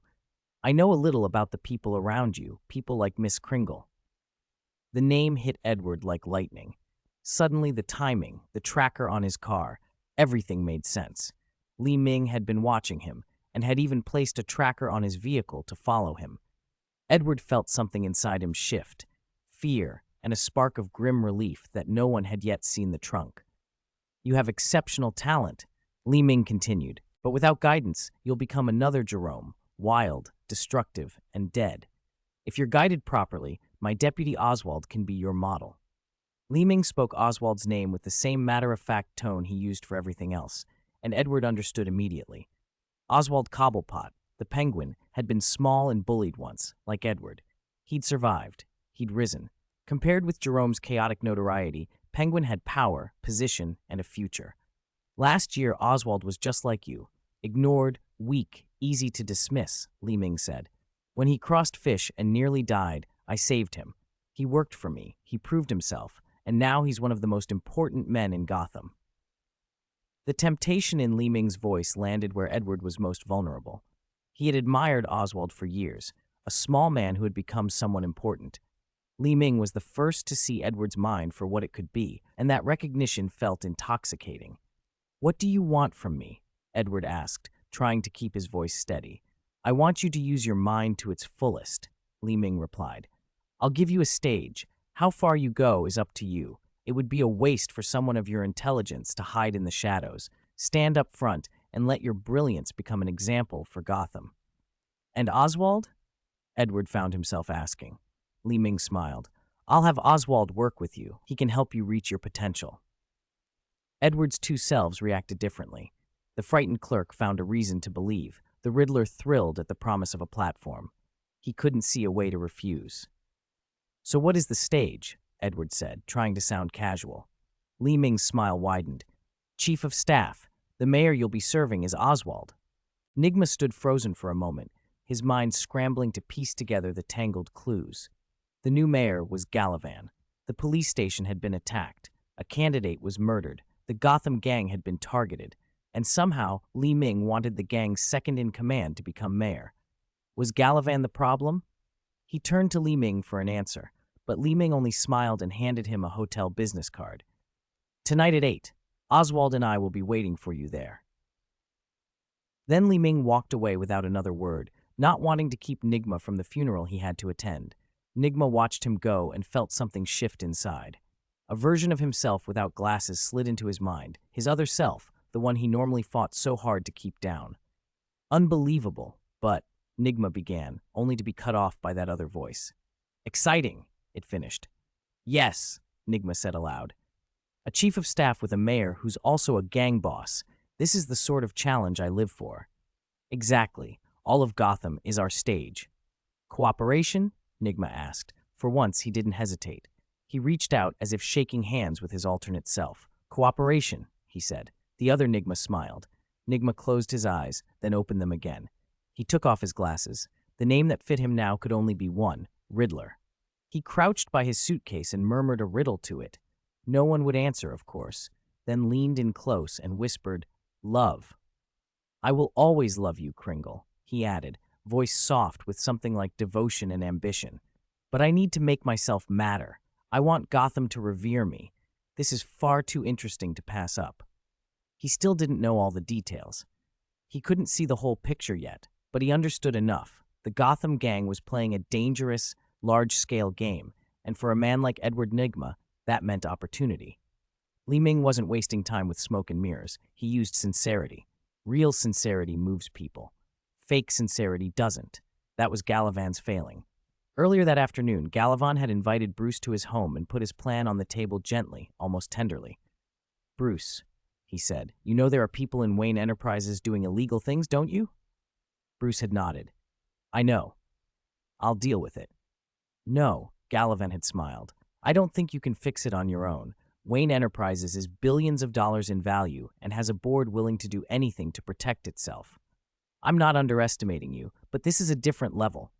He offered Bruce a solution. Sell him the company and let him take it over, root out the corruption, and spare Bruce the burden and the danger. "You can be a free billionaire," Galavan said, deceptively kind. "I'll reorganize the company and protect its future. I believe your parents would have wanted Gotham cleaned up. This is what the city needs. To seal it, Gallivan had pulled out a folder full of documents. The night your parents were killed, you weren't supposed to be there. They had planned to go to the theater, but your father changed his mind, and you went with them to a movie instead. Someone was following you before you entered the alley. I've investigated this. If you sell the company to me, I'll give you everything: the name of the murderer, the evidence, the motive. Bruce was rocked by the revelation, by the way Gallivan seemed to hold all the answers. He looked at the file with misty eyes, but his mind wasn't on Gallivan's documents at all. 2 days earlier, Li Ming had already told him the killer's name, M. Malone. Li had given Bruce that information quietly and told him to keep still. Malone had connections, and Li was still looking into how far the web went. Li had asked Bruce not to tip off the enemy. Li Ming was the leader of the Gotham gang. He knew exactly what Wayne Enterprises was worth. He was under attack, running a dangerous, visible campaign, and yet he hadn't come to ask Bruce for Wayne's help. Instead, he'd quietly protected Bruce, shared the truth, and asked for discretion. That realization hit Bruce hard. Li had done so much for him, and now Li was in trouble. Bruce had been distant. If Gallivan could use the name of his parents' murderer as leverage, then surely Li Ming could use Wayne Enterprises better. Bruce was too young to handle everything on his own, but he trusted Li more than he trusted Gallivan. Li's actions had matched his words. Gallivan's politeness smelled like manipulation. Bruce watched Gallivan smile and felt the faint, unmistakable chill of blackmail. "There's no rush," Gallivan said smoothly. "Give me an answer today." 3 days, Bruce lied, buying time. "This was my parents' legacy. I can't decide that fast." "Fine," Gallivan agreed. "But say nothing of this, and don't let it leak." Bruce nodded politely, but his thoughts were already elsewhere. He planned to go back and find Li Ming. Chapter 113, Gallivan Feels He's Won, Part 4. As soon as Bruce returned to the manor, he called Li Ming and ran through everything. "Good work, Bruce," Li Ming said over the phone. "Gallivan, that makes sense." "What?" Bruce demanded. "Do you remember I told you M. Malone was being manipulated?" "I remember." Bruce ground his teeth. If Li Ming and Alfred hadn't restrained him, he would have gone after Malone himself. "It took me forever to track the killer through the Gotham gang's network. Gallivan only just arrived in Gotham, and he already announced the killer's identity. He even brought motive and evidence. Either that information is fabricated, or someone else fed it to him. Or the mastermind gave it to him," Li Ming said bluntly. He wasn't baiting Bruce. He believed it. The Wayne's murder had the hallmarks of the Court of Owls. The killer was clearly being controlled. How else could Gallivan have compiled so much precise information so fast? The killer's identity wasn't a bluff. It was real. There was another troubling point. Gallivan had offered to buy Bruce's shares in Wayne Group. Wayne Group was worth billions. Even selling a controlling stake at a reduced price would require at least $2 or $3 billion. Could the Duma family alone supply that kind of capital? The simplest explanation was that Gallivan had access to resources only the Court of Owls could provide. As for the later murders, killings of descendants from Gotham's old families in what Gallivan called retribution, those were likely unknown to the court, since some of those families had members inside the court itself. Hearing Li Ming lay it out convinced Bruce. "Gallivan wants my company," he said after a long pause. "Stay vigilant, Bruce. I'll dig for evidence of Gallivan's crimes over the next 2 days. For now, stay home." Li Ming warned. He feared Bruce would act rashly again. "Okay," Bruce agreed, but even as he said it, a new worry gnawed at him. If Gallivan was compromised, could Sylvie, Gallivan's niece, someone Bruce had trusted, also be compromised? The thought was almost unbearable. After the call, Li Ming moved quickly. He told Penguin to use Fish's network to clear out the Gotham gang's rivals. Gallivan wouldn't be able to cause trouble for much longer if Li Ming could act fast. The next day, Gallivan, waiting for results, was stunned to learn that Fish's people had killed 11 prominent figures from Gotham's elite when he had only named 5 targets. "What's going on?" he demanded. Tabitha had already gone to Butch for answers. "I asked Butch. It was Fish's people. She must have taken the chance to eliminate more," she told him. Gallivan felt a surge of anger. Among the dead were several families he had been courting. I paid a heavy price to get the court to look the other way about certain murders, he said. Now the people who supported me have been killed. The court will retaliate. I can't wait any longer. How many are left? He asked. They took refuge at the Gotham Hotel. The Gotham gang has them protected there, Tabitha answered. Gallivan's list had 9 targets, descendants of Gotham's 9 formerly prominent families. A century ago, the Dumas had been driven out, and Gallivan had sworn revenge. Time had scattered those families. Some decayed into poverty, others maintained wealth and influence, but recent news that someone was hunting Gotham's old families had driven many to strengthen their security. Hoping to escape the panic, several of them had sought sanctuary at the Gotham Hotel. The Gotham Hotel had become famous for a reason. Despite the gang's decades of suppression after Gallivan's rise, the hotel retained ironclad internal security. Once someone entered the sanctuary of the Gotham Hotel, they were almost impossibly hard to touch. By contrast, however sophisticated a family's private security was, there were always exploitable gaps. Bruce, watching the web of alliances and defenses, silently gave Friday a mental thumbs up for the way the AI could analyze organizational structure and spot surveillance vulnerabilities. For the wealthy who valued life above all else, the hotel's safety made it irresistible. But membership required allegiance to the Gotham gang. To enter, you had to support them. Those who wouldn't bend were squeezed out of refuge, and many fence-sitters crossed over to the gang's side. Father Michael and the brothers from the monastery will arrive tonight, Gallivan told Tabitha. Tell Fish to launch a full assault on the Gotham Hotel. Say that we'll assist. Tabitha hesitated. We won't actually get involved, right? Gallivan's smile was cold. Who said we won't? Father Michael and his men will move in once the fighting is well underway. He knew the Gotham Hotel was heavily fortified. He also knew Fish had overstepped and annoyed him. Let Fish and the Jim gang fight to a standstill, then he would send his forces in and claim the prize. One more thing, he added. Make sure your big brute follows the plan. Don't tip him off, and don't bother Jim Gordon right now. He leaned in, voice hard. I know you went looking for a killer today.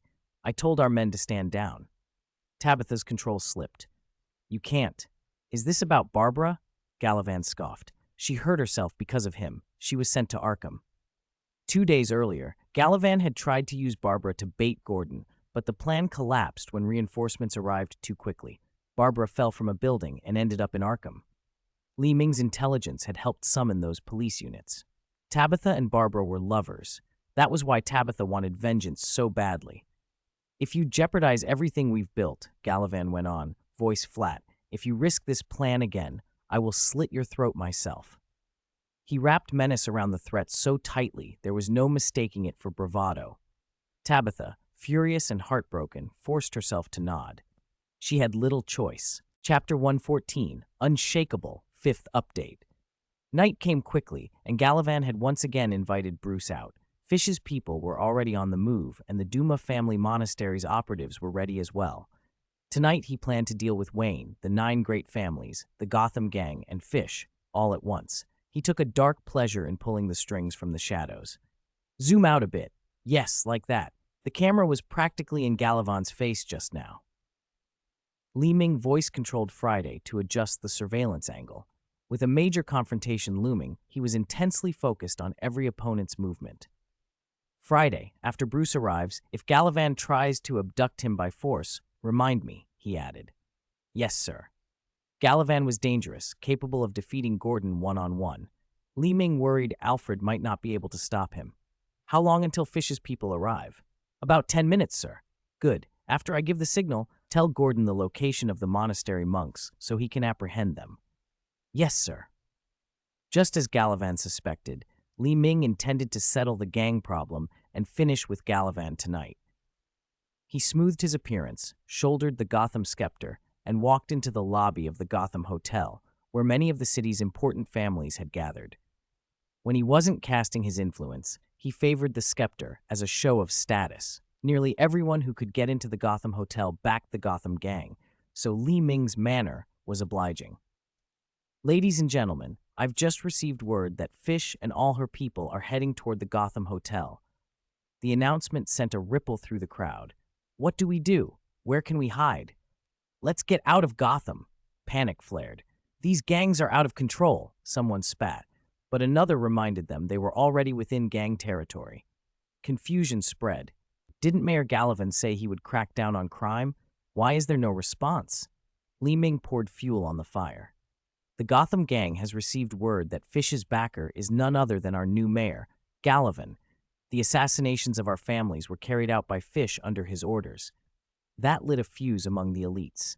No one doubted Li Ming. This wasn't the sort of accusation an enemy could fake. No wonder Fish's influence grew so fast. Then it makes sense why Gallivan seemed so determined to suppress the Gotham gang when he took office. Fish's forces accounted for nearly 2/3 of Gotham's gang numbers, and the Gotham gang was seriously under strength. Many feared the hotel would not hold. Li Ming, though, was calm. Rest assured, as long as the Gotham gang exists, there will be no danger inside the Gotham Hotel. In Gotham, if the Gotham gang wants you to live, you cannot be killed, he added, letting the unspoken reverse hang in the air. If the gang wanted you dead, you couldn't live. Whether his tone was bravado or reputation, it steadied most of the room. But Li Ming had prepared well. He had tightened surveillance around the hotel long ago, and every one of Fish's movements was exposed to him. Penguin, who had been positioned outside the hotel for some time, pinged his phone and received detailed task orders. He was used to the instructions and began assigning roles immediately. Who's the one drafting these plans? It's like she can see everything, Nigma remarked from the side. Since joining the Gotham gang, Nigma had shadowed Penguin. Their similar histories had forged a fast friendship. I don't know, Penguin said. Lord Li Ming says her name is Friday. Nigma seized on the word. She. So the planner is a woman. Lord Li Ming insists so. They didn't have long to talk. Fish's men had arrived. Flatten that hotel. Tear that despicable Penguin to shreds. Fish screamed to her lieutenants. Gunfire answered. Explosions cracked out from surrounding buildings. Rocket launchers and machine guns cleared lanes, and Fish's troops immediately took heavy losses and dropped for cover. They had been ambushed. Penguin, Fish barked, then looked up. There he was on a nearby rooftop, machine gun in hand, grinning with contempt. I'm sorry, you won't be the one tearing me apart. You can try, though. Penguin didn't wait for a reply. He opened fire. Though not physically imposing, he had never fallen behind in a gang fight. Fish snarled at Butch. Tell everyone to charge. We have the numbers. Push them. The mob surged toward the hotel. Guests watched through the glass, too frightened to speak. Outside, informants and operatives from multiple factions lined the streets. Li Ming had chosen the Gotham Hotel precisely because it was surrounded by streets. Now those streets were filled with Fish's forces, a dark tide driving in on an isolated reef. But the Gotham gang had prepared. Those remaining inside and around the hotel were all elites, especially the special team Penguin had put together. With Friday feeding real-time intelligence to the commanders, it was like fighting with a full map hack. Even with Fish's numerical superiority, Gotham gang members kept emerging to block the approach. Fish's force split into smaller skirmishes and was repeatedly disadvantaged. Men fell back, deserted, or were routed. Not one of Fish's people managed to set foot inside the Gotham Hotel. Everyone watching was stunned. The Gotham gang was far more formidable than anyone had expected.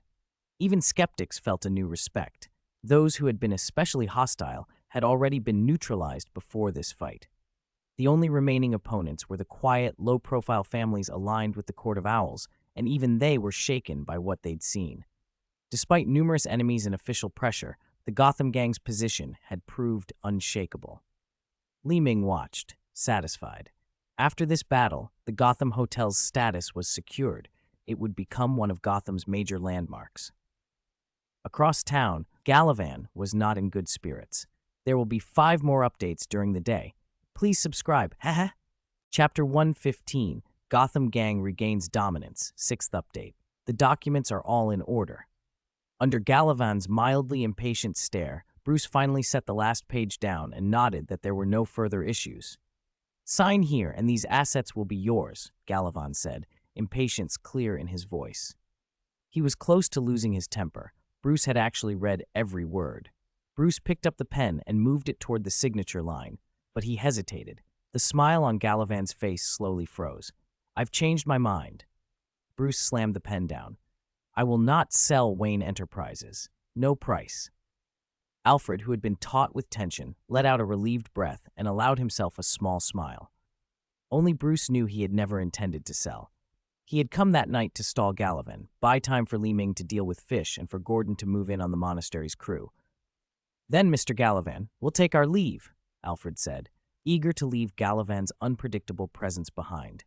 Gallivan forced a smile and escorted them to their car. As Alfred drove away, Gallivan's phone rang in his pocket. It was Tabitha. He answered without delay, not expecting her voice to be frantic on the other end. Why couldn't I get through to you? Something's gone wrong. Our identities have been exposed. Tabitha rattled off the news. How? Gallivan asked, bewildered. My phone has been on. He glanced after Bruce's departing car. In that car, Bruce slipped a small black device from his pocket, a signal jammer Li Ming had shown him. He was learning fast.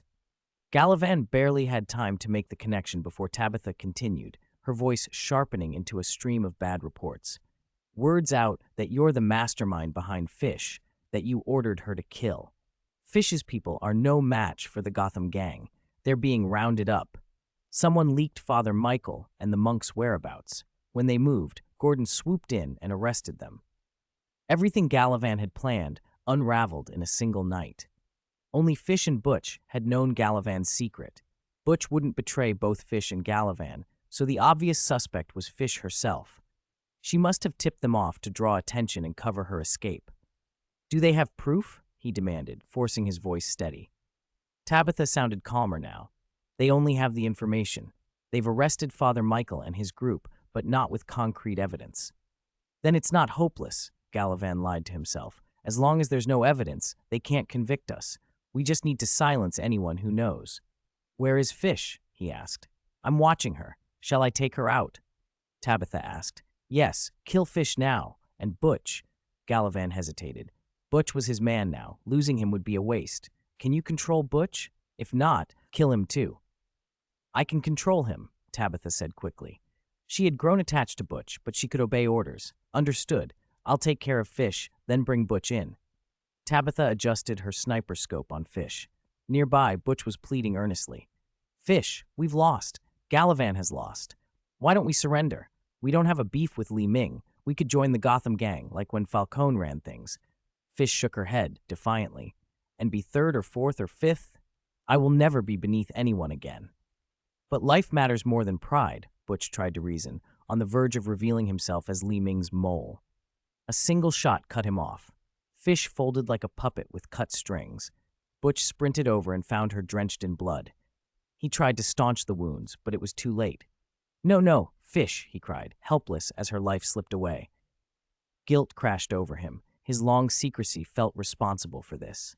He looked up to find the shooter, but Tabitha was already gone. Still, Butch's suspicions settled on Gallivan. Li Ming wouldn't have ordered the hit. He had been right to fear Gallivan's ruthlessness. By then, the fighting around the Gotham Hotel had ended. The Gotham gang had prevailed. With Friday's orders, Li Ming had stopped restraining his people. The gang's captains and their crews fanned out to reclaim all lost turf. It looked like, in a few days, the Gotham gang would be back on top. Gordon had his wins, too. He'd rounded up the monks and during a raid on Gallivan's property, located the long-missing Mayor James and taken him into custody. With the mayor's testimony, they arrested Gallivan. Still, the link between Gallivan and the Maniac's gang, or the murder of Fish, remained unproven. Public opinion suspected Gallivan, but without hard evidence, the prosecutors had little to hold on to. Gallivan faced charges for kidnapping the mayor and would be arraigned publicly. In the meantime, Li Ming became Gotham's most visible figure. He had delivered on his promise to make the Gotham Hotel safe. But Li Ming deliberately stepped back from the spotlight. He shoved Penguin forward to take the publicity and handle interviews about the Gotham gang. It worked. The gang's public stance, providing order and charging protection, had actually improved life in many neighborhoods. Citizens grudgingly preferred paying the gang's levies to the inefficiency of the government. Media outlets clamored for access, and Penguin, now second in command, rose in stature. Running for mayor suddenly didn't seem outlandish. But Gotham was a place of surprises. With the trial looming and no smoking gun tying him to the murders, Galavan managed to beat the charge. He was acquitted, to the shock of many. The court's ruling left a bitter taste in the city's mouth and set the stage for more dangerous maneuvers to come. Author's note: thank you to everyone supporting the book, especially those giving monthly ticket support. I just discovered authors have to subscribe to read their own novels, so since it's uploaded, I'm posting early. Thank you all for your encouragement. Chapter 116, Disappoint Gotham. The charge of kidnapping a mayor was no small thing, but in Gotham, it meant little. The city's elite were more worried about Theo Galavan's suspected murders of several family members. Though there was no direct evidence, Galavan could not shake suspicion. The major families demanded a trial, but trials depend on two crucial things: the judge and the witness. The witness was, naturally, former Mayor James.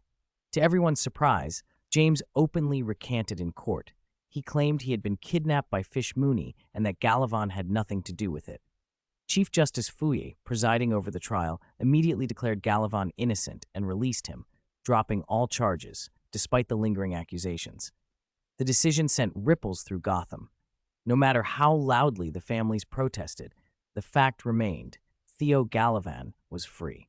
Galavan's method for turning the tables was brutal in its simplicity: coercion and bribery. James had long been terrified of Galavan. A few threats were enough to make him buckle, because he knew that even if Galavan went to prison, there would be plenty of ways to make him disappear there. As for Chief Justice Fouye, Galavan used Tabitha to deliver an envelope. Would releasing Galavan offend the city's elite? Add another zero to the payoff. Done. Everyone watching felt deeply let down by Gotham's authorities, especially men of conscience like James Gordon. Gordon began to doubt whether the criminals he hauled in every day ever really faced justice if the courts could be bought so easily.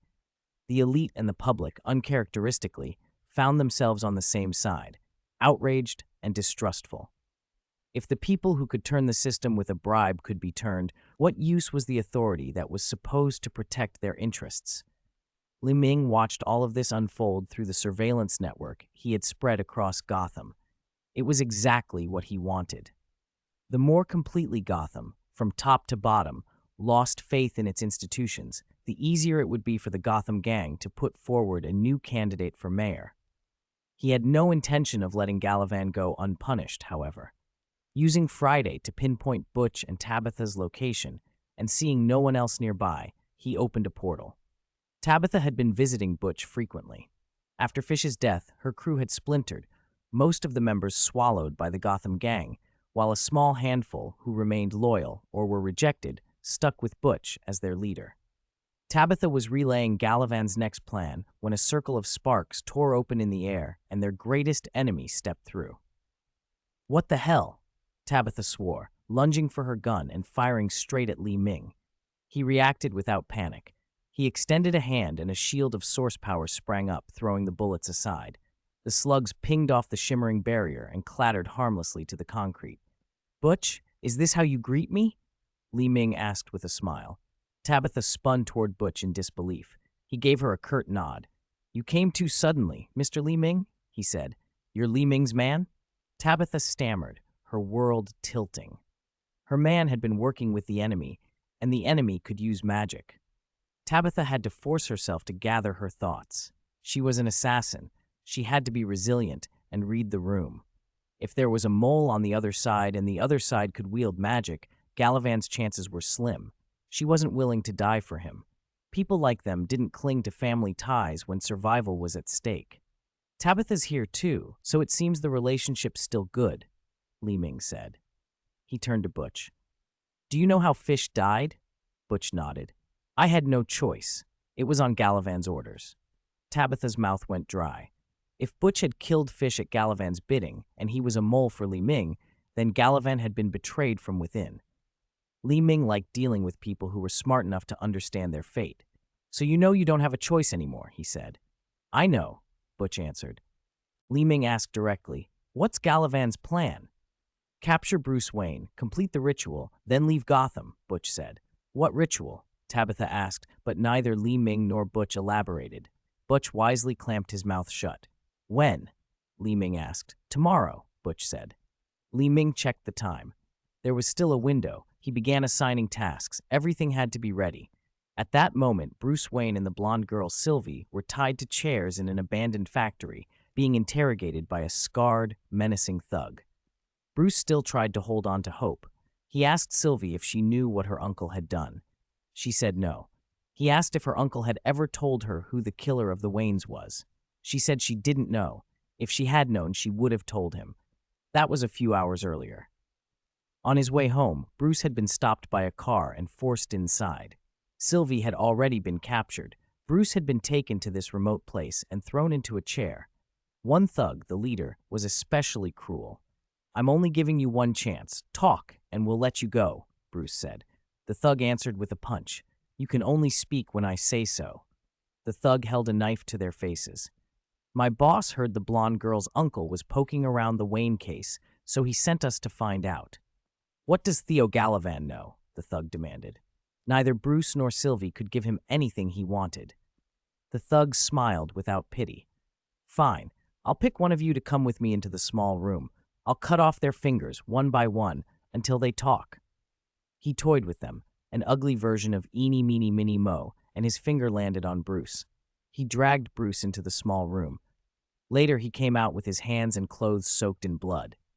"I have to give it to the Wayne kid," the thug said, wiping his hands. "He's got guts." He didn't say a word. Now he turned his attention to Sylvie. She trembled, tears streaming down her face. Did you kill them?" the thug asked. No, not me," she sobbed. Then, desperate and frightened, she tried to bargain. "Let me go, or I swear you and everyone you love will die a miserable death."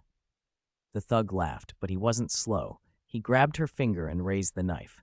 Sylvie finally broke. She screamed the name she knew. "Malone. The man's name is M. Malone. That's all I know." As soon as the name left her lips, a voice called from the small room, "Enough." To Sylvie's astonishment, Bruce walked out uninjured, Selina, Catwoman, standing at his side. She looked down at Sylvie with a cool, mocking smile. "I'm so disappointed in you, Sylvie," Selina purred, amusement in her voice. "So busy today. No time to be lazy, huh?" Chapter 117. The Sacrifice Ritual is Full of Traitors. 8th update. Bruce had been changing. Where he once confronted Wayne Enterprises' entire senior management at the first hint of wrongdoing, he'd learned to be patient, testing the waters, setting traps. The thug had been an actor Bruce hired through Selina. After Fish died, Selina had drifted back into her wandering life. The staged scene confirmed the murderer Li Ming had named, and it proved Sylvie's approach had ulterior motives. "Lee was right," Bruce said as they walked back. "If I want to protect this city, I have to understand it. Even Sylvie managed to trick me. I need more experience." Bruce let Sylvie go without further pursuit. "Selina, once Gotham calms down, I'll live with you for a while," he added on impulse. "If you can handle the hardships," Selina said coolly, though the corner of her mouth betrayed a smile. In the meantime, public opinion in Gotham had been boiling over for 2 days. "I may be part of the gangs, but I am still part of Gotham," Penguin declared to a crush of reporters. Someone like Gallivan, who kidnapped a former mayor, instigated murders, threatened witnesses, bribed judges, can still sit in the mayor's office? That's a disgrace to this city. "Do you have any proof?" one reporter shouted. "Proof? I am the proof," Penguin shot back. "Gallivan once ordered Fish to kidnap my mother. If she hadn't been protected by the Gotham gang, she would be dead now." The room erupted. Even though Fish had been killed and Penguin's accusations lacked an independent witness, the outrage made excellent copy. Reporters fed the frenzy. The public lapped it up. None of it required legal proof. For the moment, Penguin, already notorious, became the city's latest combustible figure. Other Gotham families, unhappy with how the trial had been handled, quietly stoked the flames when they saw Penguin raising his standard against Gallivan. His influence swelled. Watching Penguin crowing on TV, Gallivan smashed the set in rage. Acquitted or not, he had problems. His monks, Father Michael's men, were still in police custody. The Gotham Police Department, which had usually bent to his will, was now refusing to release them. Essen, the PD chief in charge of logistics and internal affairs, managed the station's back rooms well and usually left field operations to the officers, provided chaos didn't erupt. She put a lot of stock in Gordon. Those monks had been arrested by Gordon and his team. Even if someone in the force had been paid off, without Gordon's sign-off, no one could simply walk them out. More plainly, anyone with eyes could see that Galavan's power was waning. The department was no longer willing to curry favor. Galavan needed the monks tonight. If Father Michael and his men couldn't make it, Galavan would have to preside over the ritual himself. He could only scheme with Butch, and for the first time in a while, he was thankful he hadn't killed Butch, because he still needed someone he could use. Just after Galavan called Tabitha to arrange the evening's operation, news came from the PD. Father Michael and his men had been released. Relief flooded Galavan. Money, he thought, still makes the world go round. Inside the Gotham Police Department, a senior detective put down his phone and said, voice small, "It's done. Galavan believes it." He wasn't afraid of the detective so much as the people standing behind him. Not just Gordon, but Li Ming, the boss of the Gotham gang. With the gang back in its dominant position, Li Ming's title, King of Gotham, carried real weight. "Thanks for your work, Aldrich," Gordon said. The monk's release hadn't been bought with Galavan's money at all. It had been Li Ming's persuasion. The senior detective, Aldrich, had once been an informant for Galavan. Using him as a decoy prevented Galavan from suspecting anything. Very sensible.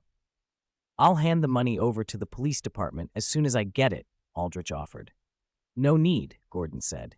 He'd seen enough corruption and disappointment to be permissive about departmental side deals as long as officers didn't knowingly break the law. Absolute justice was almost impossible in a city like Gotham.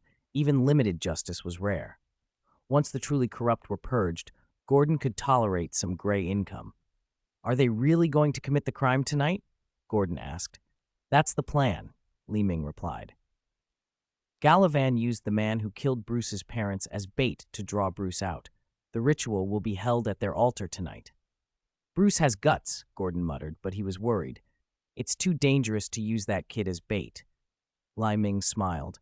"Bruce wants to know why Galavan is targeting him. Besides, we have an inside man there. His safety is not our concern." "And you," Li Ming turned to Gordon. "What will you do?" "I'll kill them on the spot," Gordon said flatly. "Especially Galavan. I won't give him another chance to escape." With the courts sidelined, the department would act. Galavan's plan hinged on a feint. He'd have Butch stage trouble near Wayne Manor to draw the city's attention north. Meanwhile, he and the monks would conduct the ritual at a prepared altar to the south. If the police department caught on mid-course, they wouldn't be able to reach both locations in time. For secrecy, Galavan had told almost no one where the ritual would be held. Insiders included Tabitha and Sylvie. Butch was involved because he and Tabitha were close. Li Ming, as Butch's boss, was also in the know. Night fell. Bruce found himself forced into a white sacrificial robe and bound to a pillar, surrounded by a ring of black-robed monks. "Why me?" he asked. The question had kept pulling at him. Father Michael, the leader, felt compelled to explain. Without it, their revenge would be incomplete. "Our name isn't truly Galavan," he said. "It's Duma." "This city, Gotham, was founded by the Duma family," Father Michael intoned, and then told the tale of his lineage, casting it in aggrieved, hallowed terms. He credited other families like the Waynes and the Canes for their parts, but framed the Duma as the wronged founders. "Over 100 years ago, the Wayne family drove the Duma from Gotham and forced us to hide our name.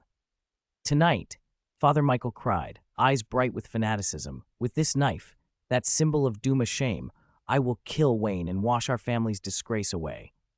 Tabitha's expression matched his fervor. Galavan pulled her aside. "I know you want to kill him," he murmured, "but there's no rush. Let Father Michael make the first move." Tabitha nodded outwardly, but her thoughts ran elsewhere. She did intend to act, but not necessarily to kill Wayne. "You can't kill me," Bruce answered calmly, though Father Michael had just finished speaking. The priest of the Dumas pressed the blade closer, eyes burning with an old fury. "Your life is in my hands. Beg me to give you a quick death." Bruce's voice was steady. "I told you, you can't kill me. Even if you could, it wouldn't change anything. The Waynes have always tried to protect Gotham, but you, Dumas, you're destroying this city." "If your family really fought to build Gotham, you'd be ashamed now," Father Michael spat. "Blasphemy." Father Michael cried and lunged with the knife. The blade flashed toward Bruce, and then the sacrificial hall door was kicked open. Gotham Police Department, freeze! Gordon barreled in with a squad behind him. Gallivan tried to drag Tabitha away, expecting her to save Father Michael, but she slipped free. Instead of defending the priest, Tabitha threw herself between Bruce and the chaos, keeping anyone from getting him. The Dumas monks surged forward to meet Gordon's men, but they proved no match. In minutes, officers had subdued most of them. Seeing his plan collapse, Father Michael raised the knife to finish Bruce. A whip cracked from behind, knocking the blade from his hand. He spun, and Gordon fired. The shot rang out, and Father Michael dropped, disbelief frozen on his face. Gordon kept his weapon trained, eyes on Tabitha. He had been told there was an informant close to Gallivan. Could it really be Tabitha, his right hand? She said only one phrase, quietly, "Lord Li Ming." Gordon had the urge to admire whoever Li Ming was for pulling this off. Bruce was safe. Gordon swept the room and found the one thing missing, Gallivan. He demanded bluntly, "Where did Gallivan go?" Tabitha led them out. "Lord Li Ming's already gone. Follow me." Hearing that Li Ming himself had intercepted Gallivan, Gordon wasn't panicked. Gallivan had fled at the first sign of trouble and run straight into the trap Li Ming had set. He reached a prearranged room that should have held his escape, a packed chute and a parachute ready for a jump through the window. But as he stepped inside, the lights snapped on, bathing him in hard white. "Is Mayor Gallivan abandoning Gotham so quickly?" Li Ming said from a chair, flanked by Oswald Cobblepot and Edward Nigma. He tapped his fingers as if counting the days. 1 day, 2 days, 3 days. Gallivan paled. "It was you." "That's right," Penguin sneered, limping forward. Normally, Penguin kept his mouth shut unless Li Ming prompted him, but tonight, Li Ming wanted to humiliate Gallivan. Gallivan drew his pistol and fired for an immediate escape, but before he could act, a shot hit his wrist and his gun flew. He screamed, clutching his hand. Li Ming smiled. "From the beginning, every step you took was seen through by Lord Li Ming. Want to guess when you were led by the nose?" Gallivan, desperate, tried to find any misstep. "I sent Tabitha to kidnap your mother." "Wrong guess," Penguin laughed. "It was when the maniacs stormed the police station." "That's impossible," Gallivan protested. He hadn't even reached the desk then. Penguin's laugh turned cruel. "Nothing is impossible when Lord Li Ming wants it. You thought your orders, Fish's hits, your lists, were flawless? Many people not on your list died, didn't they? That was by design. You were a puppet, danced on Lord Li Ming's strings," Penguin said. "A clown. Ha ha ha." Riddler said nothing. He watched to see a man who had tried to rule Gotham grovel. Li Ming's intention had been to strip Gallivan of every illusion. "What do you want?" Gallivan demanded. Li Ming rose and gestured with supreme theatricality toward Penguin. "Allow me to introduce Gotham's new mayor, Oswald Cobblepot." "I hear there's usually a formal transfer of power," Li Ming said with a mock pout. "Since you don't have power anymore, consider this the transfer." Gallivan, shaking with anger, still had one last question. "Who was the mole by my side?" Gordon arrived behind Tabitha's group, but Tabitha herself did not appear. He had come alone. His objective was simple. When he heard Gallivan's plea, "I surrender, arrest me," Gordon did not move to put him in cuffs. The earlier farce that let Gallivan walk free had broken his faith in buildings and titles. At this moment, arresting him would have been empty. Gallivan read the response as doom. He repeated the question, voice almost pleading. "So who was the mole?" Li Ming tilted his head, refusing to answer. He had no interest in satisfying the dying man's curiosity. Gordon understood immediately and raised his gun. Wait. Bang. Gallivan's eyes widened. Something like rage and disbelief flickered over his face and then went out with the gunshot. Silence closed over the room. Answering an opponent's questions before victory is what villains do. Li Ming wouldn't. He's not a villain. You are not villains either. You are darlings. Chapter 119. Penguin announces his candidacy for mayor. 10th update. The city exploded when the newly acquitted mayor was shot dead the very next night. The killing touched off a firestorm. More evidence came to light implicating Gallivan.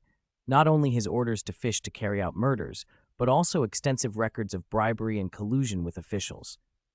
Tabitha's name even surfaced as a sponsor in some dealings. Early this morning, The papers blared a single question across their front pages. What's wrong with this city? Gothamites who had learned not to place their hopes in politics still found the news shocking. A mayor who had just walked out of court and was then murdered. That was sensational, and everyone began to ask the same thing. Is there any hope for Gotham? Of course there is, Penguin announced, cutting into a press conference. If the politicians can only wreck the city, let someone who understands Gotham run it. The city had rushed the former mayor, Aubrey James, back onto the podium after Gallivan's death, but James was outraged and flustered. Timid in Gallivan's presence, he reverted to bluster before the reporters. "Get this criminal out," he shouted. Penguin didn't back down. He pointed at James and the other officials on the stage. "Criminal? Which of us protected the people when Gotham was most under threat? Who stopped Gallivan from taking over? Was it us, the Gotham gang, who are criminals, or the officials who built a corrupt system and trampolined the law?" He pressed the point. "After colluding with Gallivan, you try to brazenly crawl back into power?" James had no answer. In front of the cameras, Penguin was in command, and the police officers on the scene were not intervening. "You are bold," he retorted when James stammered. Penguin's words played across the city on thousands of TV sets. "You cannot just appoint yourselves. The people have the right to choose who leads and protects them. To govern this city, there must be a legitimate election." Thanks to Ming's arrangements, Penguin's reputation had been carefully built. His image now read as a protector of Gotham rather than a criminal boss. Reporters and citizens in the crowd cheered his call for an election. Many applauded. "It was the Gotham gang that wrested control back from the thugs," Penguin said. "We've proven we can restore order. Therefore, I, Oswald Cobblepot, by the instruction of His Excellency Ming, announce my candidacy for mayor," he shouted into the microphone. "Only the Gotham gang understands Gotham. The era of incompetent politicians making a mess of this city is over." Everyone present, except James and his allies, erupted in applause. Viewers watching the live broadcast across Gotham showed overwhelming support. Even James, hearing the name Ming, froze. He dared not confront a power that had clearly moved the city behind the scenes. After all, he didn't want to be locked away again. Years of the Gotham gang's operations had won them broad recognition among ordinary citizens. Compared to Gallivan, many families preferred them. What harm could a gang member as mayor be? They reasoned. Worse than Gallivan seemed unlikely. Powerful opponents who might have resisted the gang's rise had already been neutralized during Gallivan's reign. Several influential families were distracted by internal disputes and succession fights. Penguin was ecstatic. He had longed for this moment of public recognition, and now, with Ming's backing, he believed he could win the people's affection. As the crowd cheered, Penguin, inwardly, was cheering for Ming. Word of Penguin's announcement spread fast. Edward Nygma, who had been preparing for this contingency for days, kicked the campaign into gear. Rather than resort to the usual Gotham tactics of bribing election officials, Nygma drew up a painstakingly legal, by-the-book campaign strategy. It was rare in Gotham to see a candidate run so strictly within the law. If the god of war were reborn, Nygma joked to himself, he might weep that the light of the Constitution had shone on the city. With the Gotham gang's power behind him, winning the mayoralty wouldn't be difficult. Still, running a campaign that was squeaky clean would win support from honorable figures like Gordon. Where there are supporters, there are also opponents. The Gotham gang's chief rival was Butch. As Fish's former right-hand man, backed by Tabitha, Gallivan's sister, Butch had become the rallying figure for those opposing Penguin. Ming didn't leave anything to chance. He paid Butch a visit to talk things through and, true to his ways, arranged for a few cameras to be in place. Preparation, after all, was everything. With Gallivan's plot foiled, Ming gave his blessing for Bruce Wayne, accompanied by Alfred, to finally confront M. Malone, the man Bruce had long wanted to find. Everyone in the gang knew that Ming had connections with the Wayne family, so Bruce's search was not made difficult. The address was delivered quickly. Bruce intended to kill Malone, but when he arrived, the assassin was an unremarkable, balding old man. Malone had so many murders to his name that he seemed almost far away. Bruce had to prod him before Malone remembered the Waynes. Only when Bruce mentioned his mother's pearl necklace did Malone's memory snap into place. "You should have come sooner," Malone said. He sounded tired of killing, tired of carrying the things he had done. He even gave Bruce a look that invited an end. Bruce raised a gun, and then, suddenly, he realized that killing Malone would not give him satisfaction. Malone refused to name the people who had ordered the hit, and he offered no useful clues about the mastermind pulling the strings. With a heavy thump, Bruce set the pistol down on the table. Malone was right. Gotham had made them both. The real enemies were the ones operating in the shadows. As he left, Bruce told Malone, "The police are outside," and then he turned to Alfred and let himself be held. Thoughts of his parents crowded back. "Don't lose heart," Alfred said quietly. "The truth is getting closer. We still have Lee. He will help us." Bruce wiped his eyes and nodded resolute. "Yes, we still have Lee." Author's note: thanks. Thanks to Gengsheng Dutch Koi. Next time, let's talk 138 Wind and Rain. Listen to Wind Watch Rain. Haha. Da Er Fei. Okay, it's a handsome guy. Qingsi Xiao Meng Long. Magic Little Do. Shushang Unscrupulous Elements. AKM Qs. Ruler, brother of the cross-dressing boss. Mo Bing Tu. Wu Yixing. QSGA Grade J2. FF. Wang Chuan He Shang He Chuan Wang. And all supporters for their monthly ticket and reward support. Special thanks to Murong Yuhao, Xie Huang Hun, Book Friend, 2023072915233495, and the 4 big supporters for their rewards. Subscribe so you won't miss any plot. Next time, let's talk 1-138. Chapter 120, The Court of Owls Can't Sit Still. Gotham is out of control. In a dimly lit chamber, a group of people in expensive clothes and owl masks sat around an oval table. Several seats remained empty. They were the Court of Owls, the secret power behind Gotham. Founded by the city's founding families to settle their own disputes, the court had slowly expanded until it secretly controlled the city's fate. Over generations, its membership had broadened beyond those original families. The court now absorbed promising elites to keep its grip on Gotham. But like Falcone before them, the court was still made of fallible people, and Gotham's rapid changes had left them off balance. "I told you we shouldn't have let Duma come back," one man snapped. "They're not just after the Waynes, they're revenge-seeking, and now they've thrown Gotham into chaos." Allowing Duma back was a vote to acquire shares in Wayne Group, another interjected. That was decided. "And we also voted to restrain Duma," the first man retorted. "So why wasn't that done?" "Because the man who was supposed to carry out the order was assassinated," the other replied, bitterly. "Keep your composure," the woman at the head of the table said, cutting through the argument. When the room quieted, she continued, "Our immediate priority is adding new members. The Duma incident cost us several seats. If we don't replace them quickly, the court's influence in Gotham will shrink fast." "But that's the problem," her deputy sighed. "Recruiting businessmen is easy. We can lure heirs of old member families. Officials are another matter. We wanted James to stay on as mayor, but Gotham Gang interfered. Appointments are being shaped by Gotham Gang now. With the court's backing, we could defeat Penguin if we support a candidate," someone offered. "Don't forget how Duma rose," another countered. "Gotham Gang now plays by legitimate rules because it has the advantages to do so. If a strong rival appears, do you really think they won't get violent?" "So who would dare run against Penguin at a time like this?" a third asked. The question fell into tense silence. The court had its own enforcers, the Talons, but they were few and elite.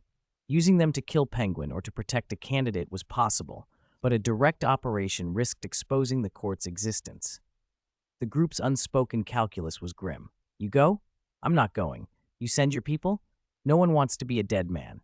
Then someone offered another option. "Why don't we bring Gotham Gang into the court? Li Ming and Penguin could both join." 3 members immediately voiced support. Several were already connected to Gotham Gang by interests. They preferred alliance over conflict. If Gotham Gang entered the court, their allies would gain influence inside the organization. Li Ming runs Gotham Gang, and Penguin answers to him. If we're going to absorb them, just invite Li Ming. The woman at the head of the table agreed in principle, but she was careful. Too many Gotham Gang appointees would dilute her own power. Even within the court, factions vied for advantage. "Li Ming's a mystery," someone warned. He was ordinary for the first 20 years, then last year he rose and replaced Falcone. I asked Carmine about him, an elder said. Carmine said Li Ming's a very capable young man. I'll call Carmine after this meeting and ask directly about Li Ming's background, the woman decided. If Li Ming doesn't have some hidden power behind him, we'll invite him to join. After all, a voice said, Gotham Gang under him has already changed the city. They all understood the point. Gotham Gang had brought order to parts of Gotham, and if that order wasn't brought under the court's control, it would be meaningless to them. Someone else raised the next obvious name. He's very close to Wayne, they said. That fact, widely known across Gotham, only made other members smile.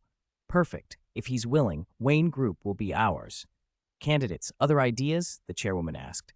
Jim Gordon in the police has real influence, someone suggested. He's head of the police union and still young.